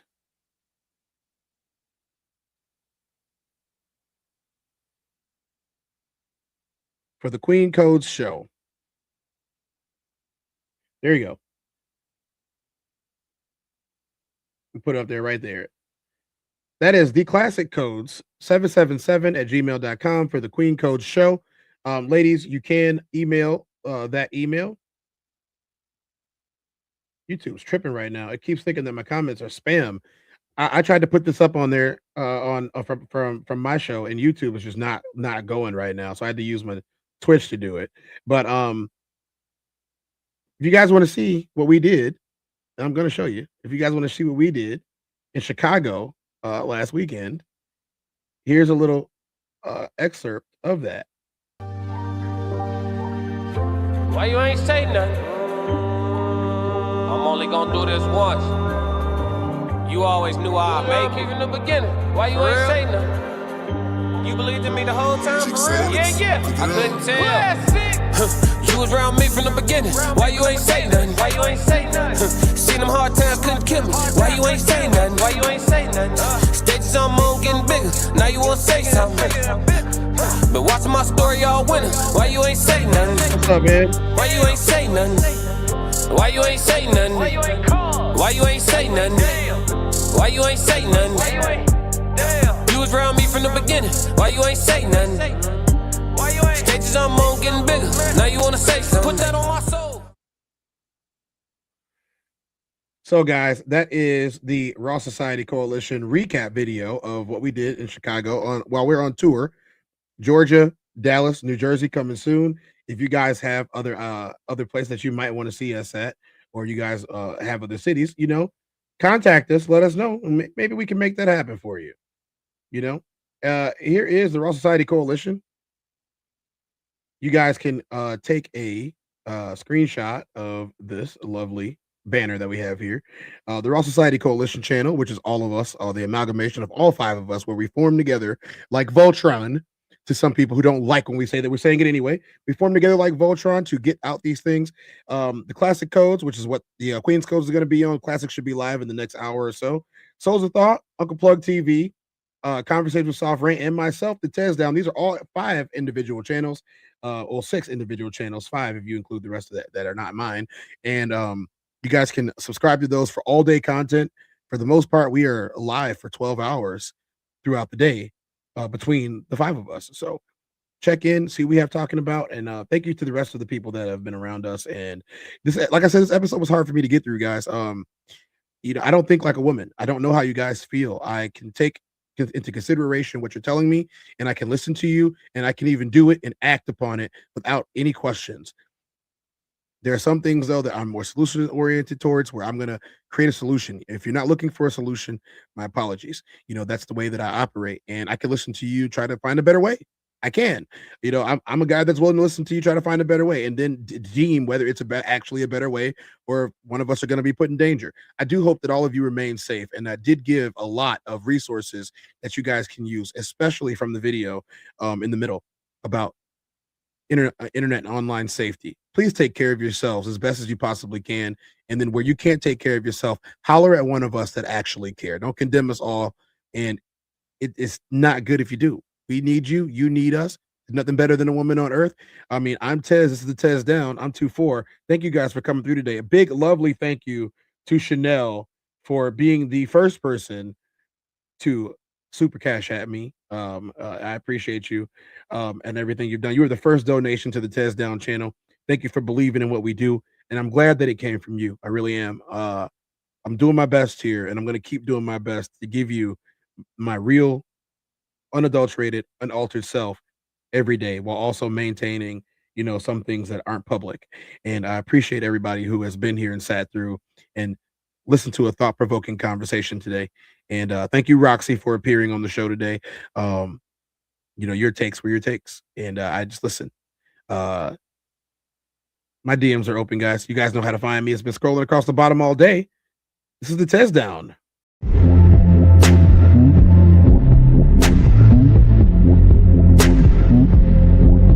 I'm the Tez.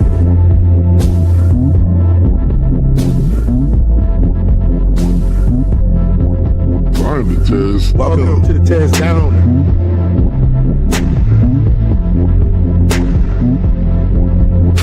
Welcome. I am the Tez.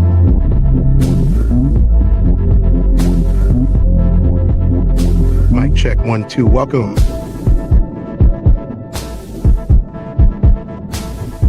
Welcome to the TezDown. Party time.